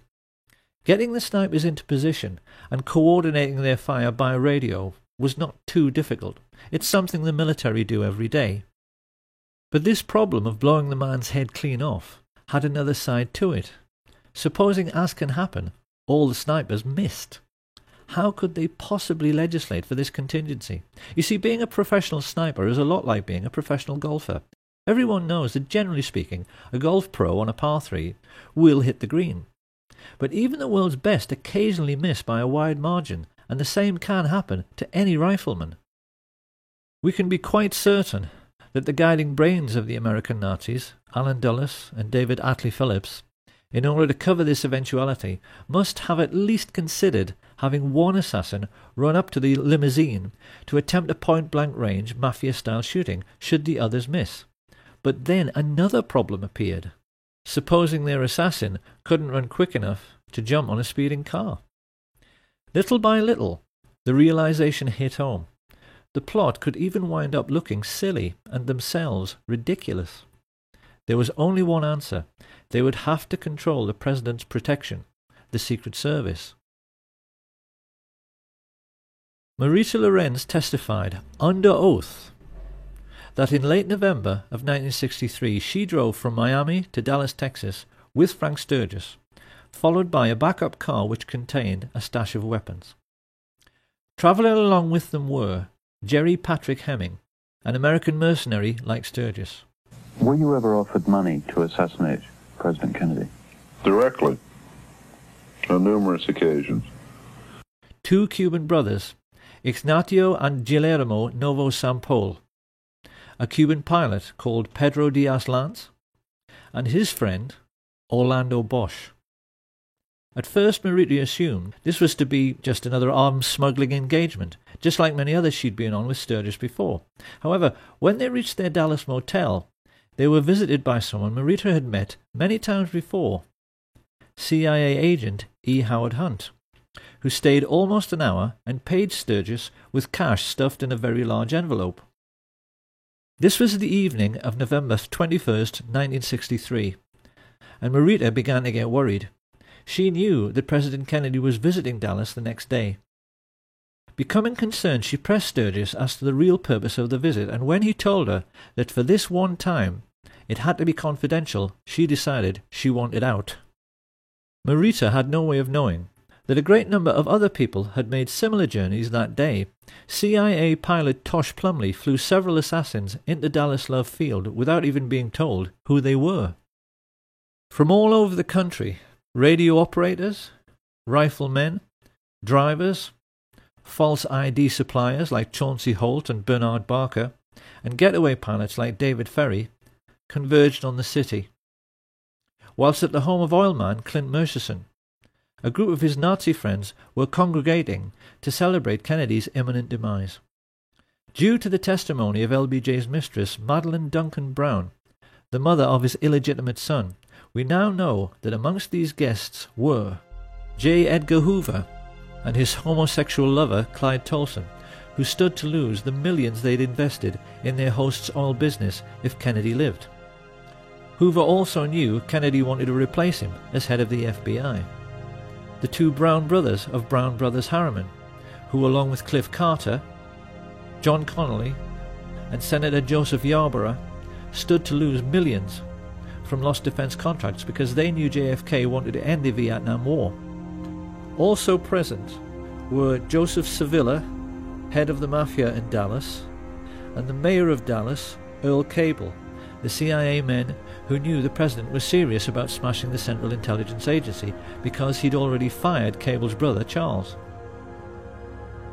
Having a drink with them was Chase Manhattan Bank chief John McCloy, a confirmed Nazi who had shared a box with Hitler at the 1936 Berlin Olympic Games, and Mafia chieftain Carlos Marcello, who felt nicely at home rubbing shoulders with Sam Giancana's representatives Jack Ruby, Richard Nixon, and Haroldson Lafayette Hunt.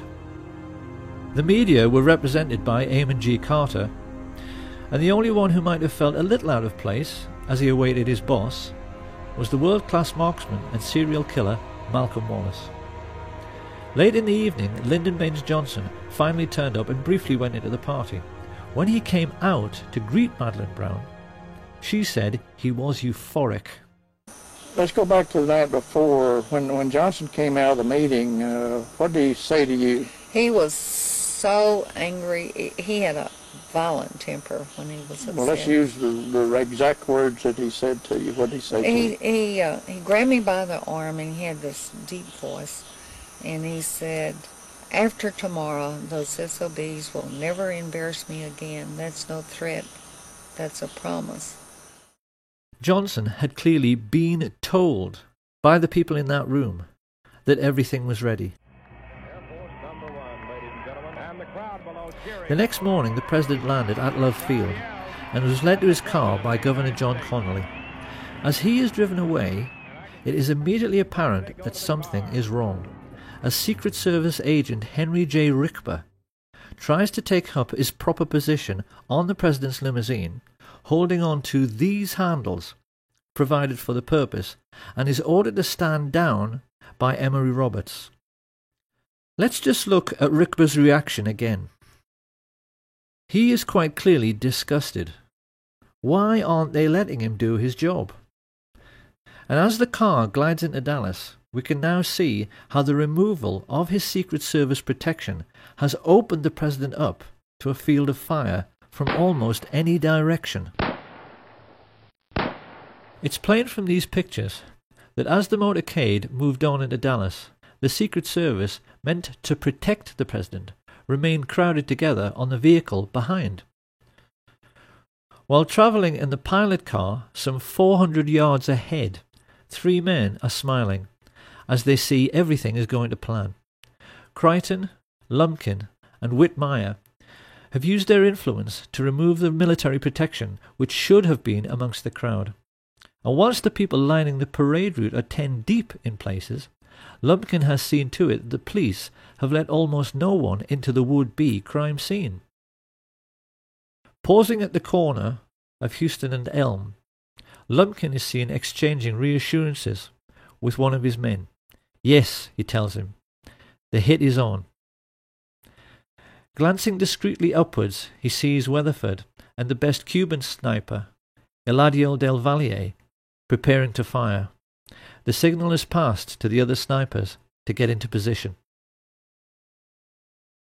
Having been let into the Daltex building by oil baron Harrelson Hunt, Eugene Hale Brading unlocks the second-floor broom closet. A client of New Orleans lawyer G. Ray Gill, who also represents mafia boss Carlos Marcello, Brading has a getaway pilot waiting, whom Gill employs as a private detective, David Ferry. He opens the window, and as Charles Nicoletti loads his rifle, Richard Kane listens to his radio. Car coming.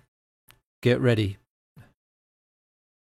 Closing the door, Milwaukee Phil Aldericio guards the corridor with 2 Cubans, Rolando Mesferrer and Rolando Otero. This basic pattern was established all over the plaza. A sniper next to a radio man, alongside a second marksman who could take over should the first want to back out at the last moment. Each team was then guarded by more assassins, mainly Cubans, who made sure no one interfered with each group. It all sounds quite professional, and the truth is, it was. Sam Giancana's spy in the Chicago police force, Richard Kane, was an electronics and wiretapping expert who spoke 5 languages. Up on the grassy knoll, with his childhood friend Charles Harrison, stood the diminutive Charles Frederick Rogers, a nuclear physicist who worked in seismology for Shell Oil. He was also friends with David Ferry and the Civil Air Patrol. Up in the Texas School Book Depository, LBJ's psychotic hitman Malcolm Wallace held a Ph.D. and taught at the University of Texas. The Texas oilmen, mafia dons, merchant bankers and military industrialists had assembled the all-time dream team of professional killers. They were there to make absolutely certain their king died, and the 2 men who in later years would steal his crown, Richard Milhouse Nixon and George Herbert Walker Bush, smiled from the sidewalk as they exchanged winks with Jack Crichton. There was no way Kennedy could escape now, and they knew it. Arranging his sniper's nest at the other end of the 6th floor, Sturgis was the first to be spotted by Arnold Rowland. I just looking around and we noticed a man up in the window, and I remarked to my wife, tried to point him out, and remarked that he must be a security guard, Secret Service agent. The window then that you're referring to is on the opposite end of the building from where the main entrance to the building is. Yes, it is on the other side of the building. And he had a rifle. It looked like a high-powered rifle because it had a scope which looked in relation to the size of the rifle to be a big scope. A moment later, 15-year-old Amos Ewins caught sight of one of the Sturgis-trained Cubans, Ignacio Novosampol. Even more significantly, Richard Randolph Carr, a steel construction worker who was looking for a job in the new Dallas courthouse, which was then under construction, stared out from his 7th-floor vantage point and saw Malcolm Wallace taking position to fire. Testifying at the trial of Clay Shaw, he gave a minutely detailed description of a very heavy-set man in a sports jacket who wore large framed glasses. He could see the man so clearly, he even said his eyeglasses had large earpieces. America, the home of the brave and the land of the free, was about to discover that it wasn't what it thought it was. As the president's car made the turn onto Houston, government agents who had sworn an oath to uphold their country's democratic principles waited alongside mafia killers to murder their own commander-in-chief. One of the men they were working for, Sam Giancana, said this proved that in reality there was no such thing as white hats and black hats. That notion, he said, was just a sham for saps to cling to. The one thing I recognized was there are no black hats and there are no white hats. They all conduct themselves the exact same. And very good evidence of that is that the CIA would hire two so-called mafia men, Sam Giancana and John Roselli, to assassinate Fidel Castro. If there's such a difference, you're not supposed to have anything to do with each other. But in essence, the remark is really they're all in bed together. They all do business together. Stage 1 was meant to be a single shot by Charles Nicoletti into the back of Kennedy's head from the Daltex building some 40 yards behind. Had he succeeded, the plotters would have had the single assassin with one bullet story they wanted. But in his excitement, the mafia assassin squeezed the trigger too soon. His bullet ricocheted off the hard chrome sill of the limo's back seat and struck the curb beneath the overpass, sending up a sharp piece of concrete which scratched James Tague's face. Watch again. We clearly see how this little girl stops running and her gaze looks directly at where the shot originated and not up at the 6th floor of the depository. It was now that Umbrella Man took over. Standing right at the curbside, it was his job, should the first shot miss, to give a clear visual signal. Target is not injured. The intelligence chiefs knew that if this situation occurred, Kennedy would now be moving rapidly away from the first sniper. They knew the only way to make sure of getting him was to fusillade the car. So a moment later, 2 rifles tried to fire from directly in front at exactly the same time, to deceive witnesses into thinking there was only one shot. You said you'd killed President Kennedy. At the same time I said I had killed the judge, I said I had killed Kennedy. Well, do you believe Lee Harvey Oswald killed President Kennedy? We'll get back to that. Alone, without any aid from a rogue agency of the U.S. government, or at least a portion of that agency. I believe you're very naive if you do. Harrelson's bullet hit JFK in the throat, and another gunman, hiding in a culvert 50 yards away, up in the embankment of the overpass, made the hole in the windscreen, which was later seen by Dr. Evalier Glanges. The presidential limousine was there. Had been standing there for some time just watching the back of the emergency room. Talked to my friend next to me and said, "Look, there's a bullet hole in the windshield," and pointed it out to them.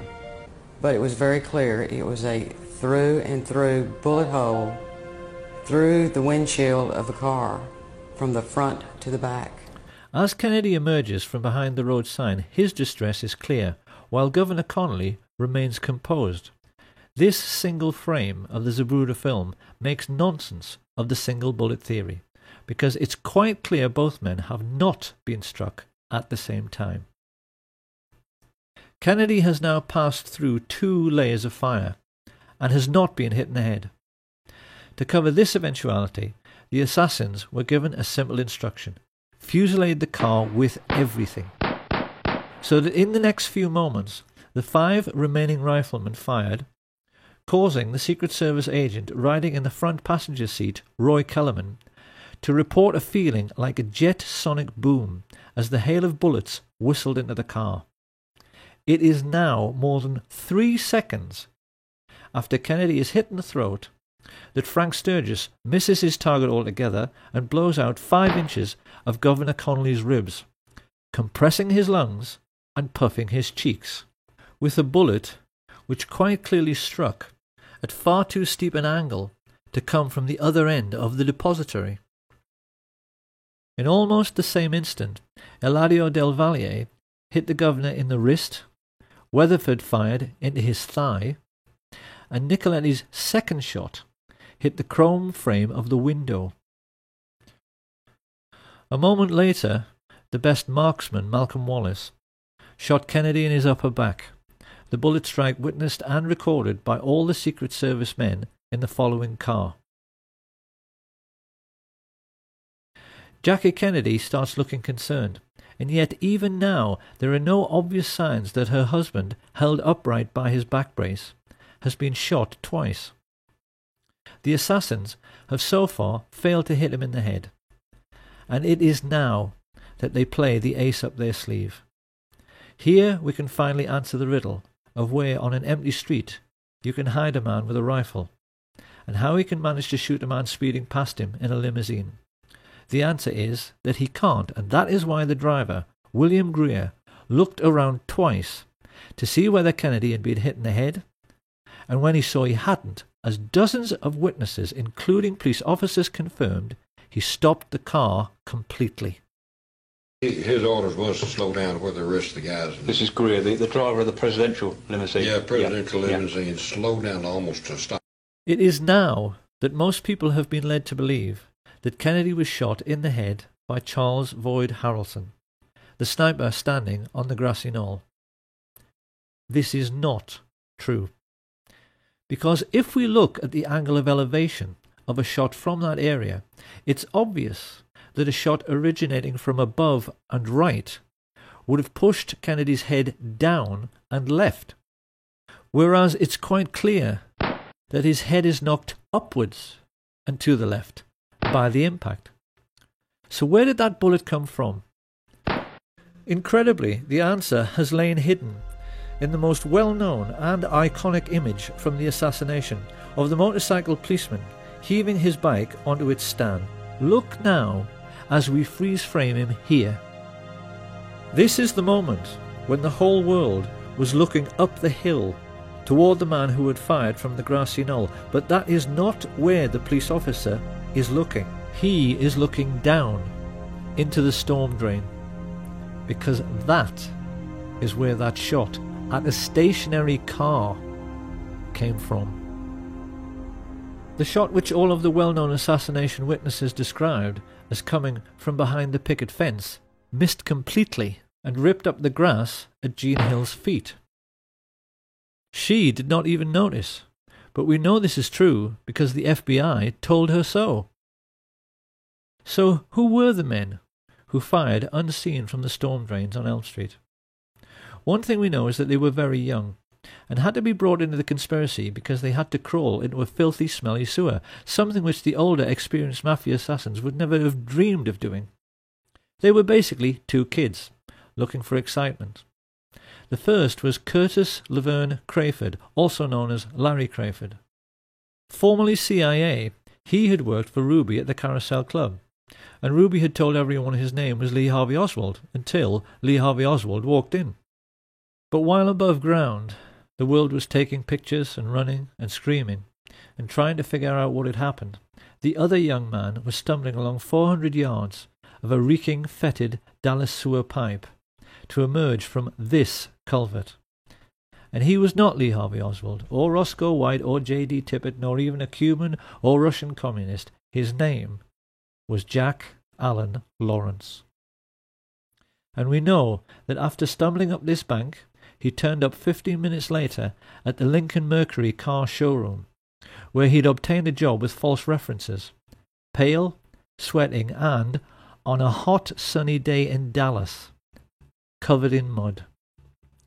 Telling his co-workers, Albert Bogard and Robert Tater, he had been ill that morning, he stumbled into the men's room and threw up, while they, feeling his behaviour was suspicious, called the police, who made a record of the entire incident.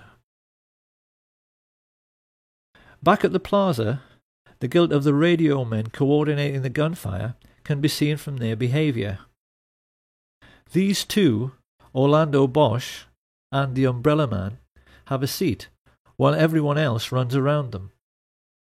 Bosch makes a report that the hit was successful, then casually walks away, just like the chief radio coordinator, Jim Hicks, with the radios clearly visible in their back pockets. A few yards away, the CIA's clean-up squad have begun working to remove all evidence useful to a forensic team. Deputy Sheriff Buddy Walters is here seen finding the bullet which struck in the grass near the manhole cover. He hands it on to one of the fake FBI men, who pockets it. While this is going on, Rogers, Harrelson, and E. Howard Hunt are discovered hiding in the boxcars of the train which they hoped would be their getaway vehicle, until it's prevented from moving by railway dispatcher and key witness Lee Bowers. They are photographed repeatedly as they are marched to the Dallas courthouse, and we can clearly see in this picture the radio receiver Hunt is wearing in his right ear, which is identical to the receivers worn by those Dallas police officers who were part of the plot.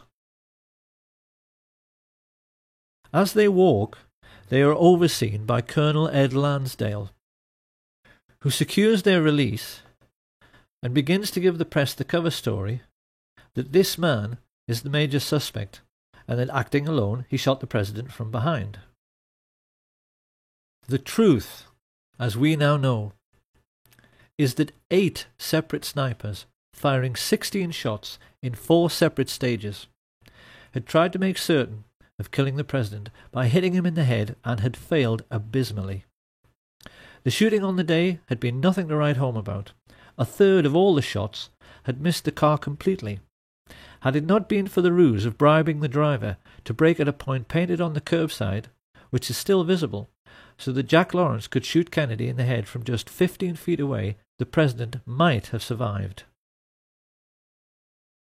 So now we must address the question, why does the Zapruder film not show this very obvious setup of the limousine stopping for the headshot? The answer, of course, is that it has been tampered with. In the 1960s, Hollywood special effects teams had developed techniques for masking off segments of film frames to disguise the true movement of figures within the picture. In the Zapruder film, frames have been removed in order to fake a continuous flowing motion, so that we don't see the very obvious setup which dozens of witnesses reported. If you look now at the top of the frame, the doctoring of the film becomes perfectly obvious in the way in which the figures are blurred, and yet the shadows are sharp, which is impossible. This CIA tampering with the evidence becomes even clearer when the Zapruder film is run next to the Orville Nix film taken from the other side. It's easy to see from the way the motorcycles suddenly close on the limousine that it stops completely. And we can see that frames have also been removed from the Nix film by the way in which Agent Clint Hill appears to move sideways while running forwards before leaping on the car. As the mad dash to Parkland Hospital begins, the chief coordinator in the assassination plot, George Herbert Walker Bush, casually relaxes with hands in his pockets at the entrance of the school book depository. Now this is going to be one of those all too familiar Kennedy assassination moments in which people will say, well, yes, it could be him, but how can we be sure? Because we've seen this kind of thing before with Badgeman. However, a gentleman who I think must be a police detective has posted a YouTube video in which he utilises the latest forensic techniques for identifying murder suspects by making a comparison between the photo taken in Dealey Plaza and one of George Bush in conversation with Richard Nixon during Watergate. This man points out that this person has exactly the same skull shape, exactly the same hairline, chin and nose as George Bush. He is also wearing the same type of suit, white shirt and exactly the same type of tie. He is exactly the same height, the same weight, is wearing clothing which matches down to his shoes, but most importantly, he has a characteristic mannerism of cocking his right wrist when he puts his hands in his pockets. We know from this declassified FBI memo that George Bush was in Dallas, staying at the Sheraton on November 22nd. So can there be any doubt about this person's identity? Surrounded by the corrupt policemen he was coordinating, Bush knew already that if an honest officer should happen to catch one of the assassins, it would, because of what Mark Lane rightly calls plausible deniability, make no difference. Because what would they find? Mafia hoods with prison records as long as their arms? Or contract killers like Charles Harrelson? They certainly wouldn't have found anyone who carried CIA credentials or anyone whose involvement with the government could be traced. But even while he smiled and chatted to his fellow killers, Bush was unaware that the plotters had just made their first big mistake. They knew that they had to forensically control the body from the moment the shots were fired, and the moment Kennedy entered Trauma Room 1, that control had to be relinquished. Although they had CIA agents placed in the emergency unit, these people were not aware of the throat wound, which could hardly be seen because it was so tiny. It was at this moment that all the Dallas doctors and nurses like Aubrey Bell made a mental note of this very obvious sign of a frontal entry shot. One of the Dallas medical team, Dr. Charles Crenshaw, a junior doctor at that time, vividly recalls what the first professionals in the Kennedy killing had to deal with. The second wound was here in the throat, right above the necktie. It was a small opening, very small, 3 to 5 millimeters, about the size of your little finger. I looked at the wound again. I wanted to know and remember this the rest of my life. And the rest of my life, I will always know he was shot from the front. And also described the portion missing from the rear of Kennedy's head after the impact of the frangible bullet, which hit him in the right temple. The bullet struck about where and passed about where? From here through. And taking out the back or the occipital part, the back of your head. This was gone. It's approximately 1 o'clock Central Standard Time today here in Dallas. He died of a gunshot wound. This information soon made its way to the media. And this is why at the very first press conference, Press Secretary Malcolm Kilduff correctly described the cause of death and direction of the shot. In order to find a means with which to contradict this evidence, the cover-up now began in earnest, with the summoning from the Restland Funeral Home of a CIA agent who was known for being the best in the business at reconstructive surgery on cadavers, John Melvin Liggett. This man was actually attending a funeral when he was told of the president's assassination and asked to go to Parkland by the coroner. What he didn't know as he drove away was that one of his clients in this macabre and gruesome story was at that moment still alive. When he was arrested years later by New York police detective Jim Rothstein, Frank Sturgis, on discovering that Rothstein was a Bay of Pigs veteran like himself, got into an old army buddy's conversation with him and said first of all that after the assassination he returned to the Miami safe house where he ridiculed Marita Lorenz for missing history. It was all perfectly safe, he told her. No cops, no newspaper investigation, everything was covered. I asked Sturgis Jesus Christ, Frank, did you shoot the president? Did you have something to do with that? He said, who gives a shit? Yeah, who's going to prove it? He said, we kill a lot of people. What the hell's the difference? Sturgis then went on to say that Dallas police officer J.D. Tippit was actually gunned down by the radio talk show host G. Gordon Liddy, who was at that time a CIA agent working with E. Howard Hunt. And here we must address a question which puzzled assassination researchers for years. Why did a Dallas policeman have to die within a few minutes of President Kennedy? What possible function could he have played in the overall plot as a corpse? One would think the authorities could have caught the fleeing patsy without any need to incriminate him any further. So why did the life of J.D. Tippit also have to end on the 22nd of November 1963? Where did he fit in? In only the last few years, a wonderful investigator called Robert D. Morningstar discovered one tiny little fact about Jefferson Davis Tippit, which became the most important single piece in the completion of this puzzle. Because Officer Tippit had a nickname. When he was at work, his fellow officers always used to call him JFK, because at 39 years of age he looked exactly like him. In the only well-known picture of Tippit, his Elvis haircut makes him appear very youthful, but having turned grey and having nearly turned 40, most people felt his resemblance to Kennedy was uncanny. What Tippit never knew, as he drove past assassination witnesses Jack Tatum, Domingo Benavides and Aquila Clemens, was that he had been selected to play the role of the president in death. Researchers have always believed it couldn't be a coincidence that Tippit was shot in the right temple, just like JFK some 45 minutes earlier. They wondered why bullets had been removed from his body in the ambulance, and why, when he was pronounced dead on arrival at the Methodist Hospital, it was felt necessary to move his body to Parkland. With their concentration firmly fixed on the casket of the deceased president, the newsmen completely ignored the ambulance which spirited away the body of J.D. Tippit, so that it could be loaded onto Air Force 2, where John Melvin Liggett was waiting.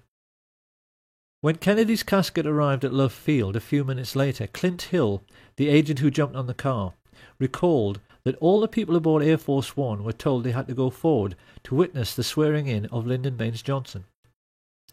This, of course, was just a ruse, to get Jackie Kennedy to leave her husband's body, and the moment she was out of the way, his cadaver was stolen and placed aboard Air Force 2 next to the cadaver of J.D. Tippit. Many people have seen this famous picture, in which LBJ is smiling at Congressman Albert Thomas, a moment after becoming president, and he is winking back. We haven't known until now just how huge and terrible a secret he was sharing with Johnson, because at that moment on the plane right alongside, the most highly qualified specialist in reconstructive surgery and embalming in the country, John Melvin Liggett, was starting to make a facsimile of the dead president, using the body of J.D. Tippit in order to obscure the true extent of the damage to Kennedy's head and make it seem consistent with a shot from behind. But Liggett realized immediately this was well nigh impossible, because having been told over the radio about the head shot, Liddy took it upon himself to try and ape this damage by firing into Tippit's torso and then, when he was down, firing into his right temple, instead of into the back of the head as he'd been instructed. This was a second huge mistake. The human brain has a consistency like play school plasticine. Fire a bullet through it, and it is very easy for a skilled pathologist to track the bullet's path at autopsy. What Liggett wanted to show to any investigators was a brain that looked like this. What he had was one brain which looked like this, and another which looked like this. A large portion of Kennedy's brain had been ripped out by the impact of the explosive or frangible bullet, and what remained was filled with tiny shards of lead, some of them microscopic, which might take all night to locate. Liggett was terrified. The plotters had asked him to play Dr. Frankenstein at 30,000 feet. Yet with all his embalming experience, he instantly realized a botched job was the best he could possibly deliver. In his panic, he sawed off Tippett's skull and simply ripped out the entire brain to at least make sure no one could track the bullet which, after Liddy's error, had so obviously come from the wrong direction. He then compounded Liddy's error by making a large hole in the rear of the head to ape the damage to Kennedy's head. With this done, he rebuilt the skull, hurriedly sewed the scalp back together, and then set about the gruesome task of trying to make the cadaver of J.D. Tippett more closely resemble the cadaver of John F. Kennedy. By shaving eyebrows, bringing forward Tippett's slightly more receding hairline, filling in missing segments of both heads with plaster of Paris, and rebuilding portions of the flesh with wax. Liggett performed this ghoulish service while the aircraft he was on, Air Force 2, went through the usual procedure of leapfrogging Air Force 1 to arrive at Andrews Air Force Base slightly earlier. He wasn't given long enough, and in the rush to get finished, the plotters now made their third and most stupid mistake. Instead of placing Tippett's body in a casket identical to the one aboard Air Force 1, they placed him in a Spartan grey metal coffin inside a body bag.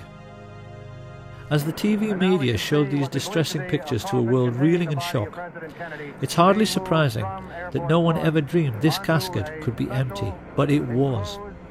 As it was driven away, out of sight of the media, the two bodies were taken from Air Force 2 and loaded onto a helicopter. It was at this point that the two honest men, FBI agents Francis X. O'Neill and his partner William Siebert, became crucial figures in the story. They explained to researcher David Lifton that they made the journey to the Naval Hospital at Bethesda in the car behind the hearse which carried Jackie and Bobby, and most notably Admiral George Berkeley, who made sure he stayed with the empty coffin by sitting on another man's lap. Upon reaching Bethesda, Siebert and O'Neill said Berkeley then guided the family members into the building while the hearse was ordered to the rear to unload. But that was where the simplicity ended. The FBI men and many other witnesses recalled a scene of absolute mayhem in which no one seemed to know what was going on, and military men were rushing around everywhere, exchanging anecdotes about decoy ambulances they had been ordered to follow, which had become high-speed chases around the hospital grounds as these vehicles raced away. It seems this confusion was created with the intention of misleading both the press and the large respectful crowd which had gathered on the lawn. People were asking each other which ambulance contained the president's body. Then a rumour started that it was coming by helicopter, but which one? Everyone watching that night recalls the air was filled with them, and the FBI men also told Lifton that in the midst of all this mayhem, they helped to carry the casket inside. This was flatly denied by the team of Navy men who said they did it alone. It is therefore perfectly clear that two bodies were brought to the morgue separately whilst confusion reigned. And it was now that the plotters themselves became confused by the mayhem they had created, because they left J.D. Tippett's cadaver in the wrong casket. It should have been switched and gone into the autopsy room in the large expensive casket used in Dallas. I helped put President Kennedy's body in a bronze ceremonial casket on November 22nd, 1963 at Parker Memorial Hospital. Instead, mortuary technician Paul O'Connor received a coffin so dull and nondescript no one could believe it had been utilized to transport the body of a president. It was a very plain casket, and when I say plain, I mean it was pinkish gray. It had pink and gray on the sides. There was nothing fancy about it as far as being bronze. It wasn't bronze. The autopsy then became a farce the moment it began. While Siebert and O'Neill made their now famous and entirely correct observation that the body seemed to have undergone surgery prior to autopsy mainly in the head area, Commander Humes himself testified that the moment he touched the head, pieces of the skull fell down onto the autopsy table.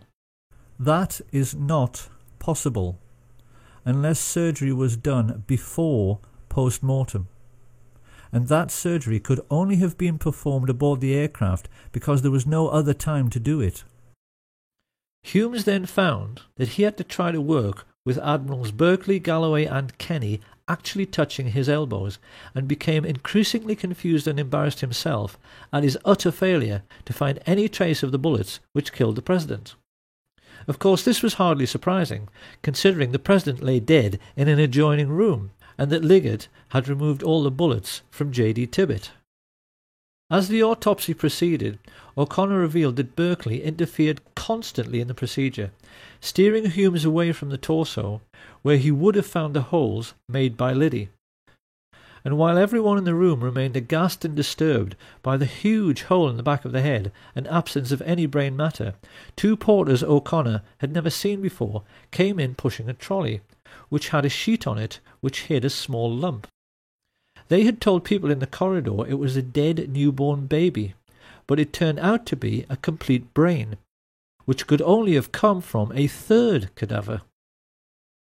This was weighed and pickled in formaldehyde before anyone even had a chance to inquire when it had been removed. The most farcical moment of all came when Humes faced Arlen Specter in front of the Warren Commission and found the leading counsel pressing him to say that the wound he found in the back of the head was an entry wound. His incredible answer was that the bullet could only have entered and exited from the rear. Humes actually told the world that the bullet had done a U-turn inside the President's skull. Now that we know the truth, it may seem remarkable that David Lifton got so close, and yet never quite realized that what he had been investigating for 15 years was a body switch. But can we really be surprised? Like so many other decent men, Lifton was simply unable to imagine that anyone could ever think up such a grotesque and degenerate conspiracy. He simply never realized that what he was dealing with was nothing less than the devil himself. And for those who find all this impossible to accept, one of the devils who murdered JFK, Frank Sturgis, was perfectly candid about how routine body switches had become in the CIA by 1963. There was a switch. Body switch. A body switch, yes. The truth about the autopsy is that the devils who killed Kennedy messed up very badly. They had wanted to show the world actual photographs of a single bullet wound from behind. As it was, they had to resort to a lot of badly faked photographs, which critics like Robert Groden easily discredited, and silly drawings, which everyone realized did not line up anywhere near the schoolbook depository. With the autopsy over, Mrs. Kennedy and the President's brother were shown the body prepared for burial.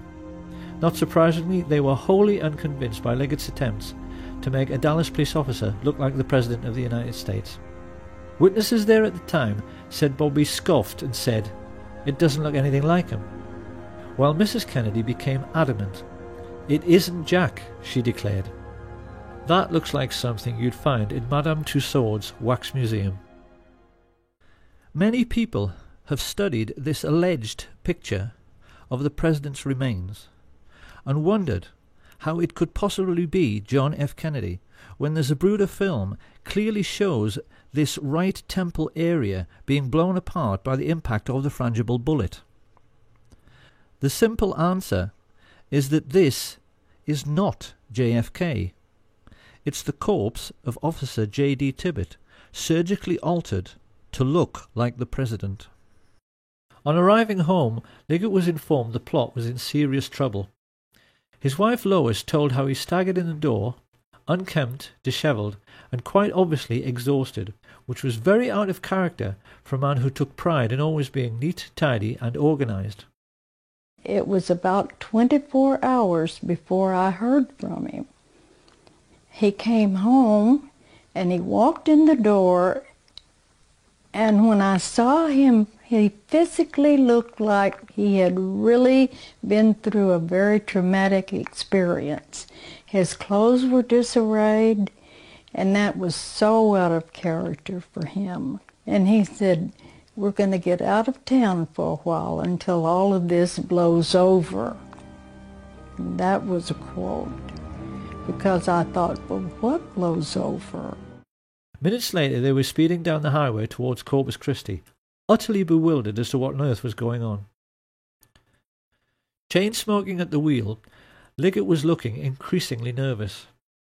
It wasn't just that his botched reconstruction had failed to convince and would lead to courtroom testimony of bullets doing U-turns inside the president's head. The problem was that the patsy was still alive. Deputy Sheriff Roger Craig told investigators it was plain to him that Lee Harvey Oswald was not meant to survive his arrest procedure. He said that when he arrived at the Texas Theater, a group of his fellow officers were waiting at the rear, guns drawn, and that it was quite obvious that Oswald was meant to make a break out the back door where he would run into a hail of gunfire. However, Oswald himself was an intelligence agent, and once he realized he had been chosen as the fall guy, he briefly prolonged his existence by loudly yelling so that all the witnesses present could hear, "I am not resisting arrest. I am not resisting arrest." This is why Liggett, like all the others involved in the plot, was shaking in his boots on November 23rd. They were all aware that a sharp lawyer could get Oswald released simply by discovering that the chain of evidence had been broken in relation to Kennedy's remains. Once free to talk, and with intimate knowledge of the major players in the assassination plot, he could have gotten the heads of the FBI and CIA, all the military chiefs of staff, the mafia chieftains, and the Dallas oil men all thrown in jail together for murder. Many people have wondered how the plotters could be so unbelievably dumb and so unbelievably obvious as to have Oswald murdered live on national television.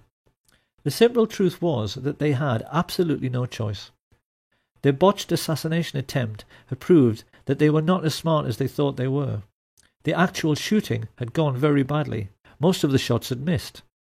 They'd had to botch the autopsy, and now they were having to botch the silencing of the patsy.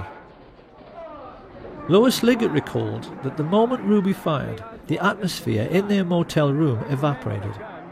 The minute he saw that, he looked at me and said, "Everything's okay now," and you could just see his face. He was like all the pressure had been taken off of him. All of a sudden he was like, sigh of relief, let's go, we can go home now. It was basically, pack your things, come on, we're leaving, now we can go. The family turned around and went straight back home to discover that Mr. Liggett now enjoyed a new vocation. It appeared he had suddenly come into millions, which bought his family a big new house and himself a new lifestyle, which included many wild poker parties at which, among others, he hosted David Ferrie. This was not Lois Liggett's scene. She divorced him, heard that not long afterwards he was arrested for murder, and then shot dead while trying to escape. But this was not the end of Liggett's story. His new wife told Lois that the man she buried could not have been John Melvin Liggett, because the corpse she was shown had a moustache and he couldn't grow one. Then many years later, Lois Liggett actually saw her deceased ex-husband in a casino while on a trip to Las Vegas. Quite clearly this man had been the beneficiary of yet another CIA body switch, and to this day doubts remain as to the true fate of Jack Ruby, Lee Oswald, John Liggett, and the President himself. Many researchers now believe the plotters may have kept Kennedy's remains as a souvenir and buried J.D. Tibbett in Arlington Cemetery.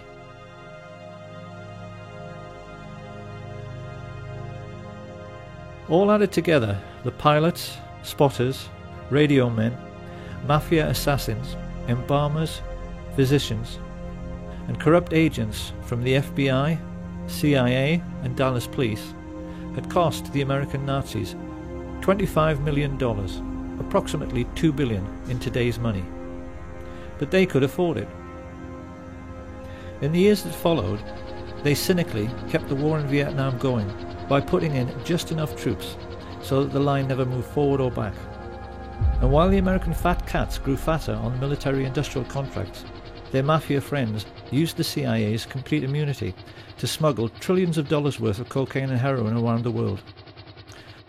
Sir, the Republicans are trying to blame you for the existence of a small air base at Mena, Arkansas.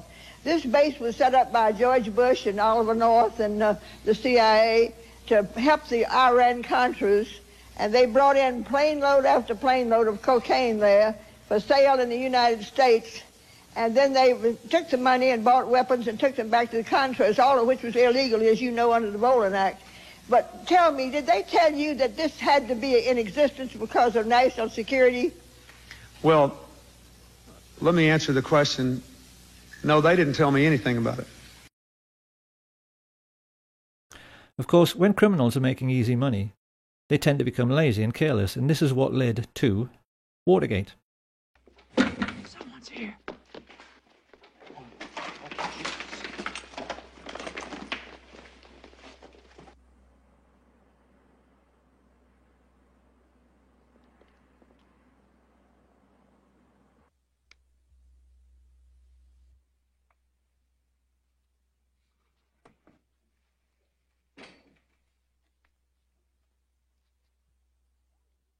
Hold it, you must hold! Police! Put your hands up!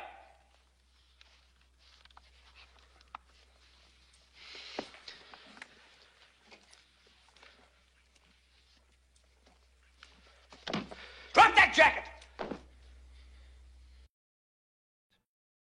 When the two plainclothes police officers switched the lights on in the Watergate building, who should they find hiding there?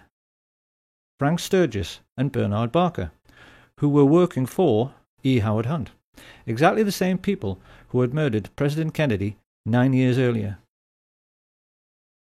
Sturgis even told the San Francisco Chronicle that the true reason for their burglary of the Watergate offices was to retrieve compromising pictures of CIA men in Dealey Plaza, which the Democrats were going to have published.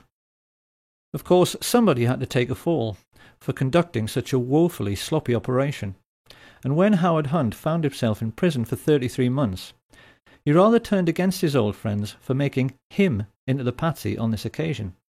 He began sending messages to President Richard Nixon that he might just tell all he knew about what really happened in Dallas on November 22, 1963. And one of Nixon's presidential aides, Dean Birch, recalls that when he heard about this, George Bush broke out all over in assholes and shit himself to death. It was this situation which led directly to what journalists now refer to as the Watergate murder, the crash of Flight 553. On December the 8th, 1972, Dorothy Wetzel Hunt, the wife of E. Howard Hunt, boarded a flight from Washington to Chicago. A CIA agent like her husband, she carried $250,000 in her bag, which was to buy the silence of his Watergate co-conspirators. Travelling along with Dorothy was CBS News correspondent Michelle Clark, whose CIA boyfriend had been able to give her a unique journalistic insight into what Watergate was really all about. These two women boarded the aircraft with a dozen other individuals who at that time had information which E. Howard Hunt claimed was going to blow the White House out of the water. As the plane made its final approach through fog and very low cloud, the people living near the aircraft runway sensed something rather strange was going on. The normally quiet suburban street suddenly filled up with cars, and a moment later, having been told to power down too early, Flight 553 emerged from the mist and clipped the branches of some trees before crashing on top of several bungalows on West 70th Street. The watching neighbours were then staggered to see FBI agents immediately leap out of their cars and start rooting around in the debris, a full 10 minutes before the fire brigade even arrived on the scene. 44 people, including Dorothy Hunt and Michelle Clark, were killed in the crash. E. Howard Hunt served his time and came out of prison a widower and $1 million richer. The Nazi shadow government of the United States had faced a blackmail threat and the possibility that their complicity in the murder of President Kennedy might become public knowledge. Their response was to bring down a civilian airliner onto a residential district. They covered it up by having FBI agents on the ground seek out and remove all incriminating documents from the dead bodies found in the wreckage. and when the local TV station received an anonymous phone call from a radio ham who had monitored the deliberately misleading exchanges from the Midway Control Tower, which caused 553 to crash, an FBI agent simply confiscated all the tapes, thus eradicating all information pertaining to the accident. This is how the agents of the US government now behave. They function essentially as a goon squad of mercenaries and murderers, hardly any different to Hitler's Gestapo, and are used as a private intelligence service and as personal hitmen for America's richest families, their only role being to cover up the dirty tricks which the rich people are playing on their fellow countrymen every day. Along with threats and murder, the most important weapon used by this private army of footpads in this ongoing cover-up is disinformation. And it's here that we can now address a question which will probably be bothering the huge numbers of people who have taken an interest in the Kennedy assassination and in the many documentaries produced by assassination researchers over the years. What happened to Badgeman? The answer is very simple. He never existed. He was simply a phantom, created by the CIA's disinformation machine to lay down a trail which led nowhere. So now another question appears. If this is so, why have so many people spent a quarter of a century trying to discover his identity? By examining this question, it is now possible to reveal the extraordinary lengths America's rulers have gone to in order to hide the truth about the Kennedy assassination. America's oligarchs grossly underestimated the courage and skill of those who tried to uncover the truth about the Kennedy killing, none more so than the brilliant and tenacious Mark Lane. By the mid-1960s, his film Rush to Judgment had left the country in no doubt that they had been multiple gunmen acting together in some sort of conspiracy. Once he had proved this beyond any doubt, the only question remaining was, how big was the conspiracy? So it came as no surprise when polls started showing that 9 out of 10 Americans believed it had to be the CIA. This internal memorandum reveals just how nervous the agency was about this development. It spells out in no uncertain terms the concern spreading in the corridors of power, and the urgent need to rectify this situation through the use of assets in the media. This great image problem led America's Nazis into initiating Operation Mockingbird, an ongoing policy of using the colossal wealth they were now amassing from drugs and weapons sales to buy up as many TV and film companies, newspapers, and local and national radio stations as they could lay their hands on, to the point where by the 1970s they were proudly boasting that everyone of any significance in the media is CIA.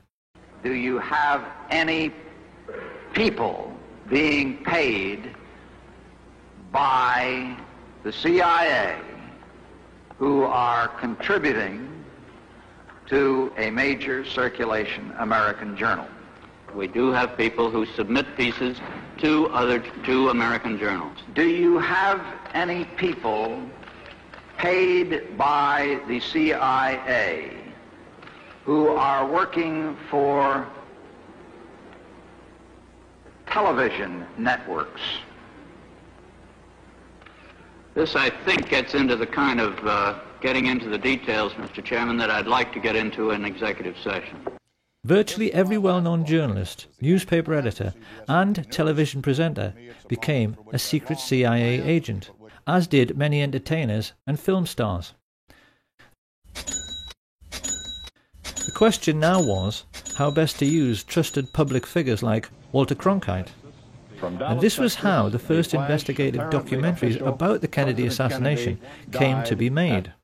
It will come as a terrific shock to those who have sought truth and solace in these many films, feature articles, and TV specials, to learn that every last one of them, including Oliver Stone's JFK, was actually produced by the CIA.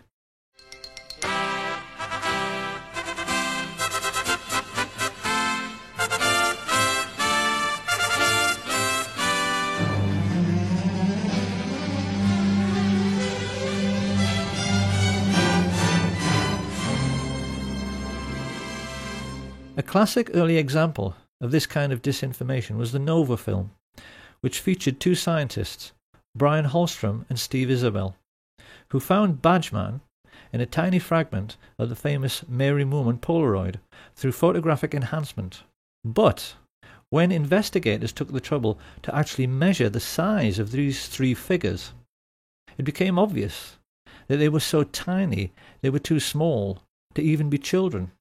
Using the scale provided by Abraham Zapruder over on the right, it's clear that these alleged people are so lacking in stature they wouldn't actually have been able to look over the stockade fence.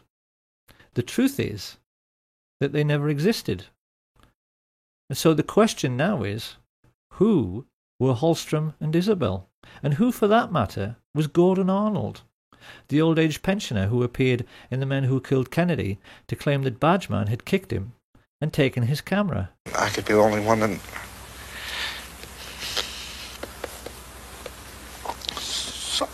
saw the man. The answer is that they were all professional actors, because this is how the devil operates. Devils mix lies with truth in order to make the lies sound more plausible. And it seems that the idea for using actors in this way might very likely have come from E. Howard Hunt himself.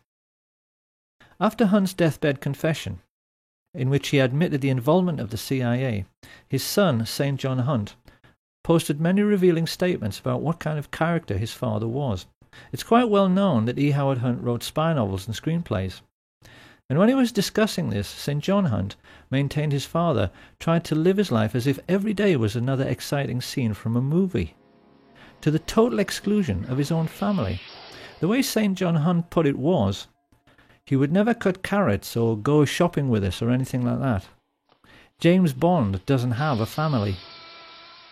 Historians are well aware that the CIA studies everything which is impressive, and it now seems very plain that they were greatly influenced by the brilliance of the Levinson and Link Columbo series, particularly one episode, Murder, Smoke and Shadows, in which the killer, who is a ruthless young movie director, tries to confuse and mislead Columbo through his powers of creating illusion, only to have the tables turned when this is done back to him, because the whole point of that episode is that the audience never know who is and who isn't supposed to be an actor.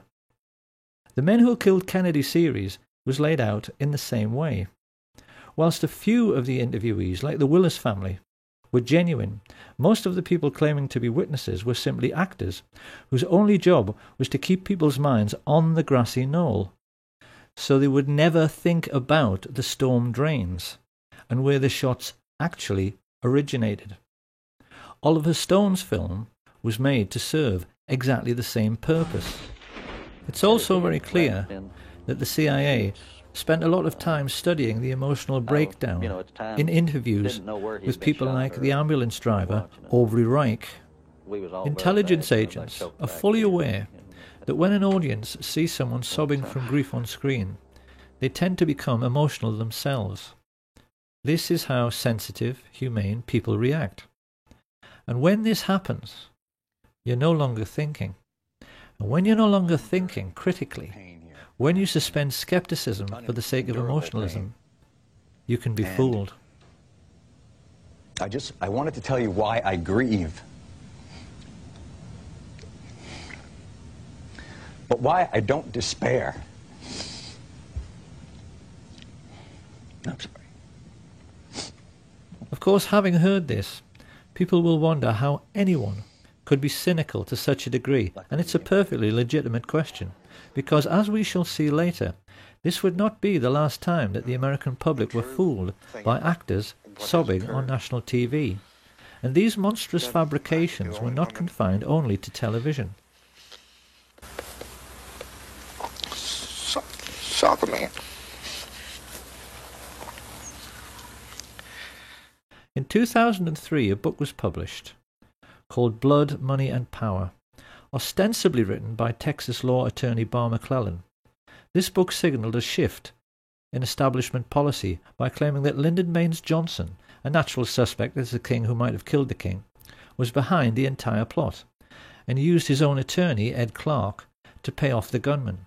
Researchers noticed that at exactly the same time, a lot of information suddenly became available about all the murder plots LBJ had been involved in with Cliff Carter and Billy Solestes. We were then treated to the sensational deathbed confession of E. Howard Hunt. And in the book itself, the serious researchers found this extraordinary paragraph. Wallace centered on Kennedy's head and fired. The shot went almost 200 feet but was barely low and slightly to the right, hitting the president in the back shoulder blade. The bullet was deflected upward ever so slightly, exiting at the tie knot, the bullet's jacket separating to hit and crack the windshield, the remaining slug hitting the curbing in front of James Tague, an onlooker standing in front of the triple underpass on Commerce Street. The slug knocked cement shards in all directions. A splinter nicked Tague on the cheek. So just exactly what is going on here? This is quite obviously a ludicrous assertion. So what is it all about? What it's all about is that the CIA actually wrote this book. They knew that the critics had been able to laugh loud and long at the single bullet theory because the FBI had had to change their story. At first, they had accepted the indisputable evidence that James Tague was scratched by a bullet as he watched from below the overpass, because they initially claimed that the first shot alone had gone through the president and the governor, making 7 separate wounds in 2 different men. The second shot was the headshot, and presumably the third struck Tague. However, once the Zapruder film and dozens of eyewitnesses made it plain the first shot missed, the FBI had a problem. How could they account for the throat shot, headshot, and Tague shot with just 2 remaining bullets? This utterly ridiculous paragraph was a lame attempt after 40 years to come up with an answer, and the lengths the CIA went to get people to believe it were contrived, to say the least. It's first of all the simplest matter to refute this version of events by asking how the CIA could possibly know this is how it happened. The bullets splitting apart in mid-air? Are they saying they had Dealey Plaza rigged with fast-motion cameras, which allowed them to replay the flight of every bullet in slow motion? If so, we'd all love to see those pictures. And even more to this, Barr McClellan's interview became the linchpin in the final episode of The Men Who Killed Kennedy, which was then banned from public broadcasting after a lawsuit was allegedly brought against the History Channel by former Presidents Carter and Ford and their friends Jack Valenti, Bill Moyers, and Lady Bird Johnson. Of course, this was just more disinformation. What the plotters hoped to achieve was that by getting the series banned, but making it available on the internet, the seekers after truth would be duped into thinking it must be true, precisely because it had been banned from mainstream media. It's a double bluff. It is quite possible, after all of this ludicrous skullduggery, that even the CIA themselves couldn't remember what purpose it was all supposed to serve. But the general idea was that the public was supposed to swallow the notion that Lyndon Baines Johnson was the primary culprit in this entire affair, because he's dead and can't speak for himself. It is absolute nonsense to suggest any such thing. Lyndon Baines Johnson was, like Hitler and Richard Nixon, a mere puppet of the oil men and the merchant bankers and military industrialists, something he finally admitted to. I can't honestly say that I've ever been completely relieved of the fact that there might have been international connections. You mean you still feel that there might have been? Well, I have not completely discounted. The notion that he was the criminal mastermind behind the Kennedy assassination is simply another disinformation falsehood dreamed up by the CIA. He was most definitely involved in the plot and offered up his personal hitman, Mac Wallace, to be part of it, but the men who actually masterminded the plot were Allen Dulles and David Atlee Phillips, with George Bush being the most important figure in the actual execution of the plan, and even they, in the end, proved themselves to be just as crude and obvious as anyone else in the way they took care of anyone who might incriminate them. On the 22nd of February 1967, Eladio Del Valle and David Ferry were both murdered within minutes of each other, when it seemed they might give information to the Jim Garrison investigation. Charles Void Harrelson and Milwaukee Phil Aldericio suffered convenient early deaths in jail, and having been ordered to testify before the House Select Committee on Assassinations, both Charles Nicoletti and George de Mohrenschildt were shot dead at the same time on the 29th of March 1977. Having been scheduled to testify before the same committee, Johnny Roselli met a similar fate. His body was found floating in an oil drum in Dumbfounding Bay, Miami, just after Malcolm Wallace was murdered in exactly the same way as Lee Bowers. On a stretch of empty American highway, his car was forced off the road, then CIA agents smashed his head into the steering wheel until he died, to make it appear like a single-car accident. Not long afterwards, Sam Giancana was shot in the back of the head while cooking sausages, and his spy inside the Chicago police force, Richard Kane, was blasted to death with a sawn-off shotgun in Rose's Sandwich Shop on the 19th of December, 1973. Absolute proof that George H.W. Bush was the most important figure behind these grisly murders and the Kennedy assassination surfaced quite recently in a declassified FBI memo which revealed he was working for the CIA in 1963 and not from 77 onwards, as he'd always claimed. He had been a lifelong friend of George de Mohrenschildt, who had actually begged him for help when he realized the CIA were trying to kill him. It was therefore rather ironic that when the police checked de Mohrenschildt's wallet, they found an address card, which gave them a direct lead straight to the guilty party had they but chosen to follow it up. It said George Poppy Bush, his CIA code name, Zapata Petroleum, Midland, Texas. It became a farewell note from the man who coordinated the crime of the century, a man whose father, Prescott Bush, had created the CIA in the first place, along with his friends some 30 years before, purely in order to take care of their own business interests. They arrogantly believed they were more intelligent than anyone. But in the end, the means the George Bush-led CIA chose to silence all the major underworld figures who might incriminate them proved to be every bit as crude and obvious as Ruby's killing of Oswald on television. The whole point of George Bush and his Central Intelligence Agency was that they were supposed to be intelligent, and yet in the end they couldn't even fool little old ladies. And who is going to inhibit them? The gangsters that are running this country is going to inhibit somebody. All institutions of the American government are essentially a gangster syndicate, and everybody knows this. So perhaps it's time now to ask what we have learned and how best we can use this new understanding about the West's secret history to evaluate what is really going on in our world right now. To begin with, let's answer a couple of questions which have perplexed many people over the years. A great many researchers and historians have wondered why the Kennedy family themselves almost seem to be aiding and abetting the cover-up by choosing to be so quiet about the assassination itself.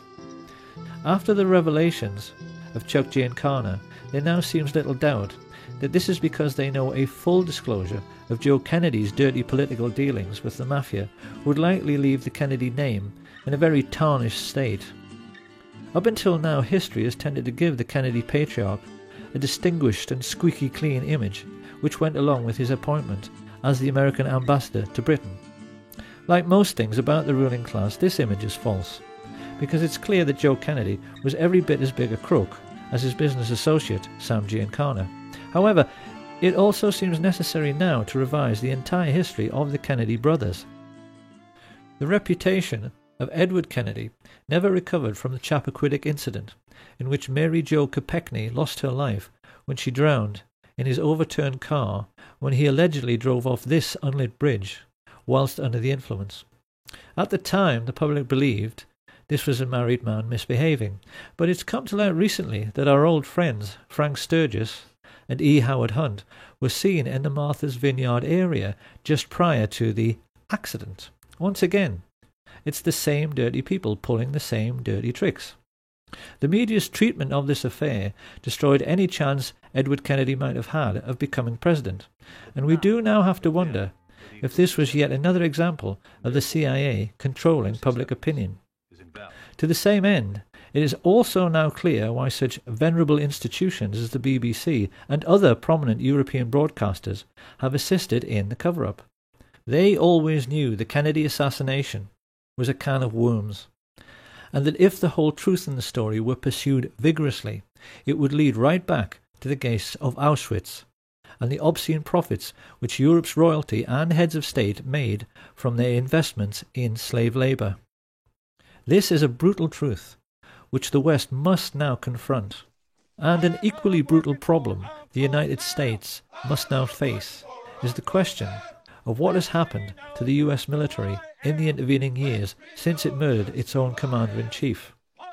The answer is that America's armed forces are now completely controlled by the American mafia. The mob don't even need hitmen anymore. They use United States Marines as assassins.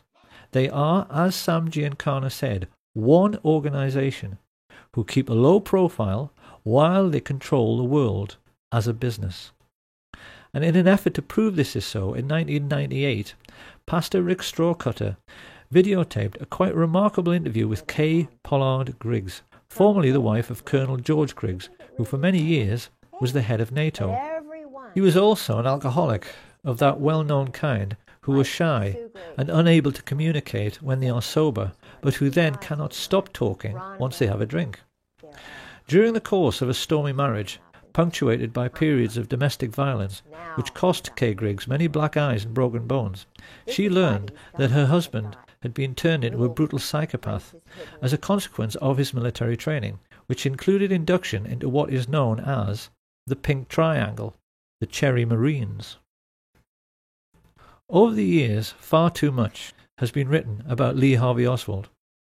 But what is remarkable is that few historians were ever aware that, like most Marines who worked in intelligence, he was homosexually recruited and was part of the same-sex club which included Jack Ruby, George Senator, and David Ferry. Kay Griggs explains that these selection procedures came into the US military when the cream of the death's head sporting Nazi top brass joined the American ranks at the war's end. Ever since then, the Greek and Spartan traditions which Hitler so admired, and which were integral to the German army, have found their way into American military culture and are now manifest in the way that the old skull and bones procedure for identifying and, most importantly, controlling rising stars is now used to select the top brass of the future. In a nutshell, boy soldiers who want to rise in the ranks can only do so by doing favors for the older men. So George Bush, I mean, all these people rise up to the ranks on the same club. Right. No wonder, you know, I saw a little TV clip one time where a reporter was asking George Bush and others about the Order of the Skull and Bones. You were both in Skull and Bones, the secret society. It's so secret we can't talk about it. What does that mean for America? I mean, if this really got out, that these guys are all inducted because they've got some kind of homosexual thing on them. Indoctrination. I mean, or induction. They have to do that. Yeah. They do that. Yeah. Even in a coffin. And it's even now coming into the military totally. The chiefs do that. They put them in the coffin. They do the bowling ball trick. Okay, you're going to explain this. What happens when you get in the coffin? Why do you get in a coffin? Oh, they get, when you get your eagles, that's a German thing. Okay. You know, it's what the German high command did, and most of them, you know, had the boyfriends and stuff, the Krupps and all of that. It is a German thing that they say goes back to Greece, and it's all the male Marine-looking men that they do it with. See? So now the chiefs have to do that. What they do is they get, George said it's like a zoo. They get everybody really drunk, and they sometimes call it dining in. Shellback is another time that they do it. Not everybody does it, but the ones who do it, if they're young, they get right up to the top. It's a... okay, well, what actually do they do? They've got a coffin, they get inside anal this... sex. Oh, that. They put them in the coffin and they do things. This is how military recruits are now controlled. And the mafia military exert a similar hold over all career politicians. At some time on the way up, they are manoeuvred into a compromising position, usually through the use of two-way mirrors in a brothel. And once the mafia military have got something on them, the career politicians, judges, senior police officers and media moguls face a stark choice. Either take your payoff, which is usually worth millions of dollars, or go to jail for life for your misdemeanor. It is with these kinds of tactics, first used by Sam Giancana in the 1930s, that what are now known as the 5 mafia families of the New York metropolitan area, the Genovese, Gambino, Lucchese, Colombo and the Bonanno, control all politics in the United States, and through their business arrangements with the 5-star generals and CIA, control all cocaine and heroin trafficking throughout the entire world. After the dust had settled on the Kennedy assassination, Sam Giancana explained to his younger brother that the mob and the CIA had taken care of JFK together because they were essentially two sides of the same coin. In the last 50 years, that relationship between these two secret societies has become even closer, to the point where they are now indistinguishable. The people who live in the Third World are so well aware of what is really going on, they have come to call the CIA the cocaine importing agency. The World Wide Web now abounds with proof to back this up. And although many people were sceptical at first about Kay Griggs, in recent times her most sensational claims have been fully endorsed by the FBI chief Ted Gunderson, who gave several interviews in support. This cult was involved in distributing drugs up and down the East Coast. What is basically happening is that the United States military use Air Force bases in Europe to connect with the Third World, particularly Pakistan and Afghanistan, where the poppy fields are cultivated. This is the real reason for the conflict in Afghanistan. It's to protect the record harvests of heroin which almost ended when the Taliban took power. But they don't tell the soldiers this, and it's a truth you'll never hear on NBC or BBC. Having brought the refined cocaine and heroin into Europe and the United States, it is then passed on to the mafia for sale at street level, sometimes by police officers in uniform. It's an arrangement which nets the generals and the mafia chiefs billions, and the fact that someone of Ted Gunderson's credibility was completely ignored when he went public with this information underlines the fact that our entire mainstream media, as well as the entire justice system, has been bought off. So the question must now be asked: if this shadow government of the world's only superstate can get away with the murder of a president, and through their wealth be in total control of the United States military, media, and the justice system, what else might they be getting away with? Could it possibly be that the serious researchers have been right all along?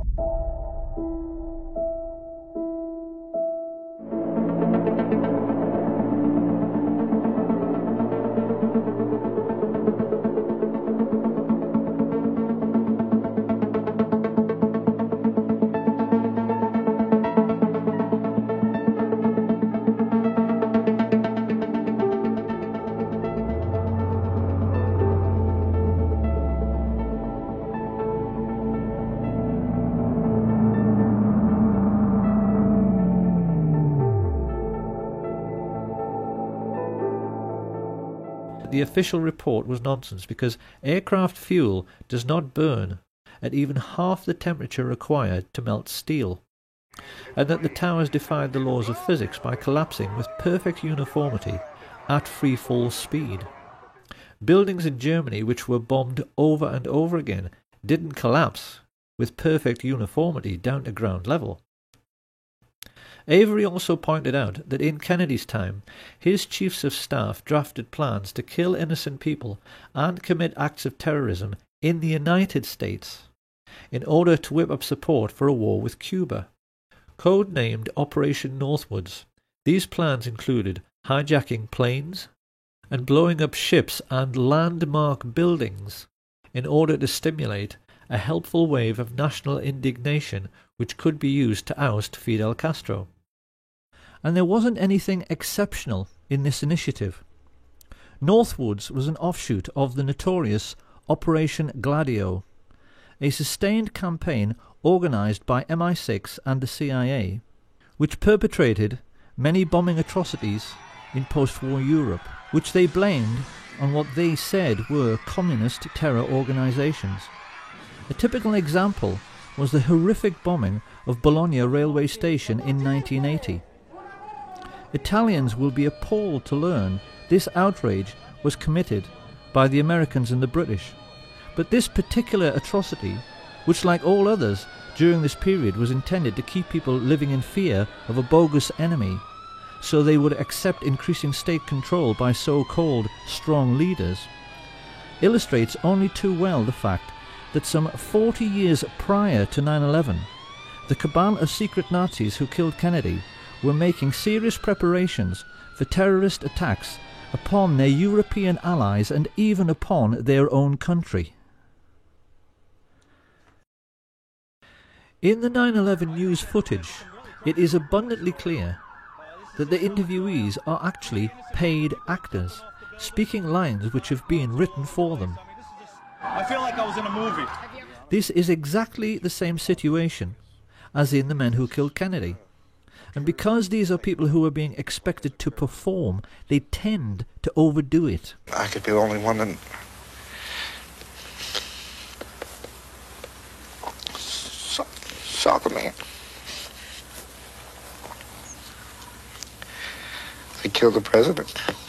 And to be honest with you, if I'd have known this,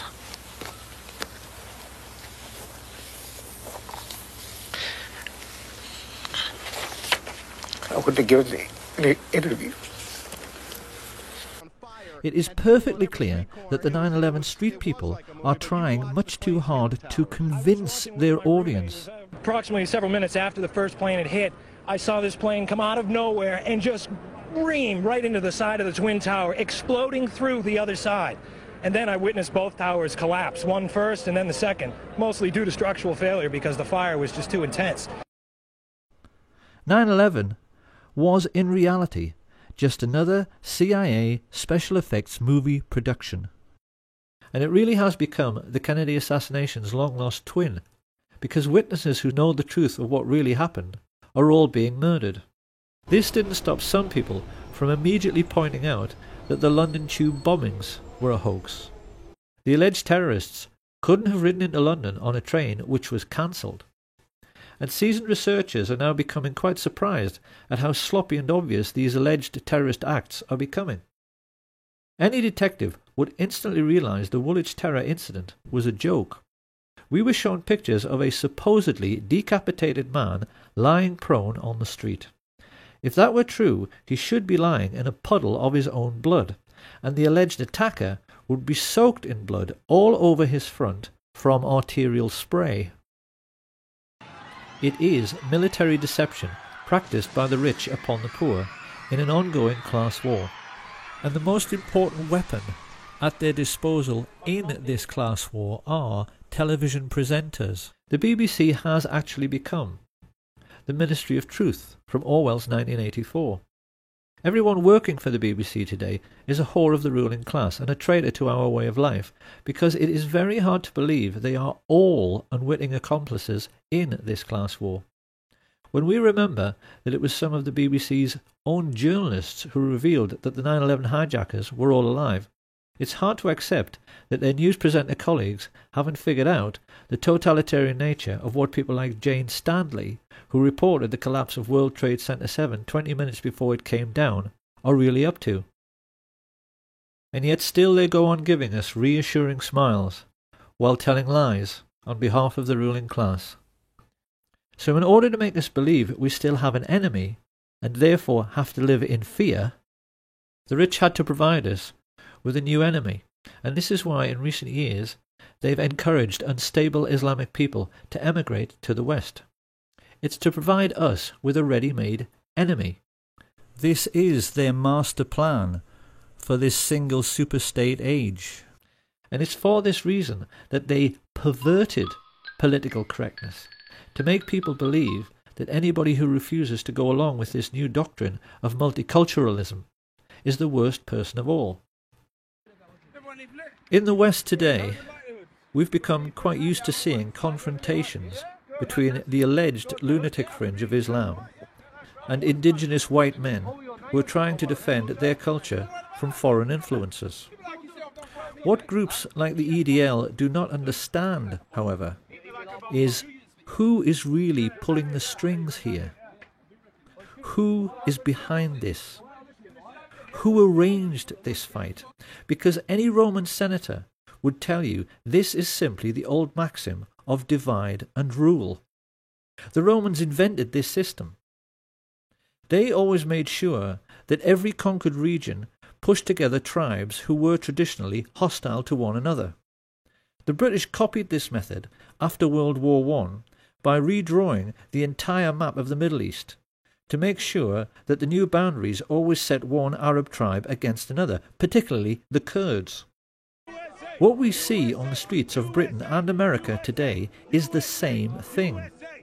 The whole idea is that while you're fighting against Muslims and they're fighting against you, no one has the time to stop and think about who actually created this situation and who their real enemy really is.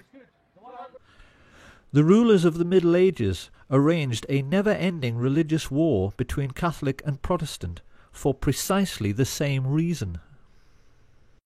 Now, why must we always think we have an enemy? Because the ruling group always maintain their position in society by controlling the population through fear. Think about it. If we don't have an enemy, would the public be prepared to pay for the army? Would we be happy to pay for MI5 so that they can read our emails and put a surveillance camera on every street corner? Big Brother has to have an excuse for watching us all the time. And what they call national security is always the perfect excuse.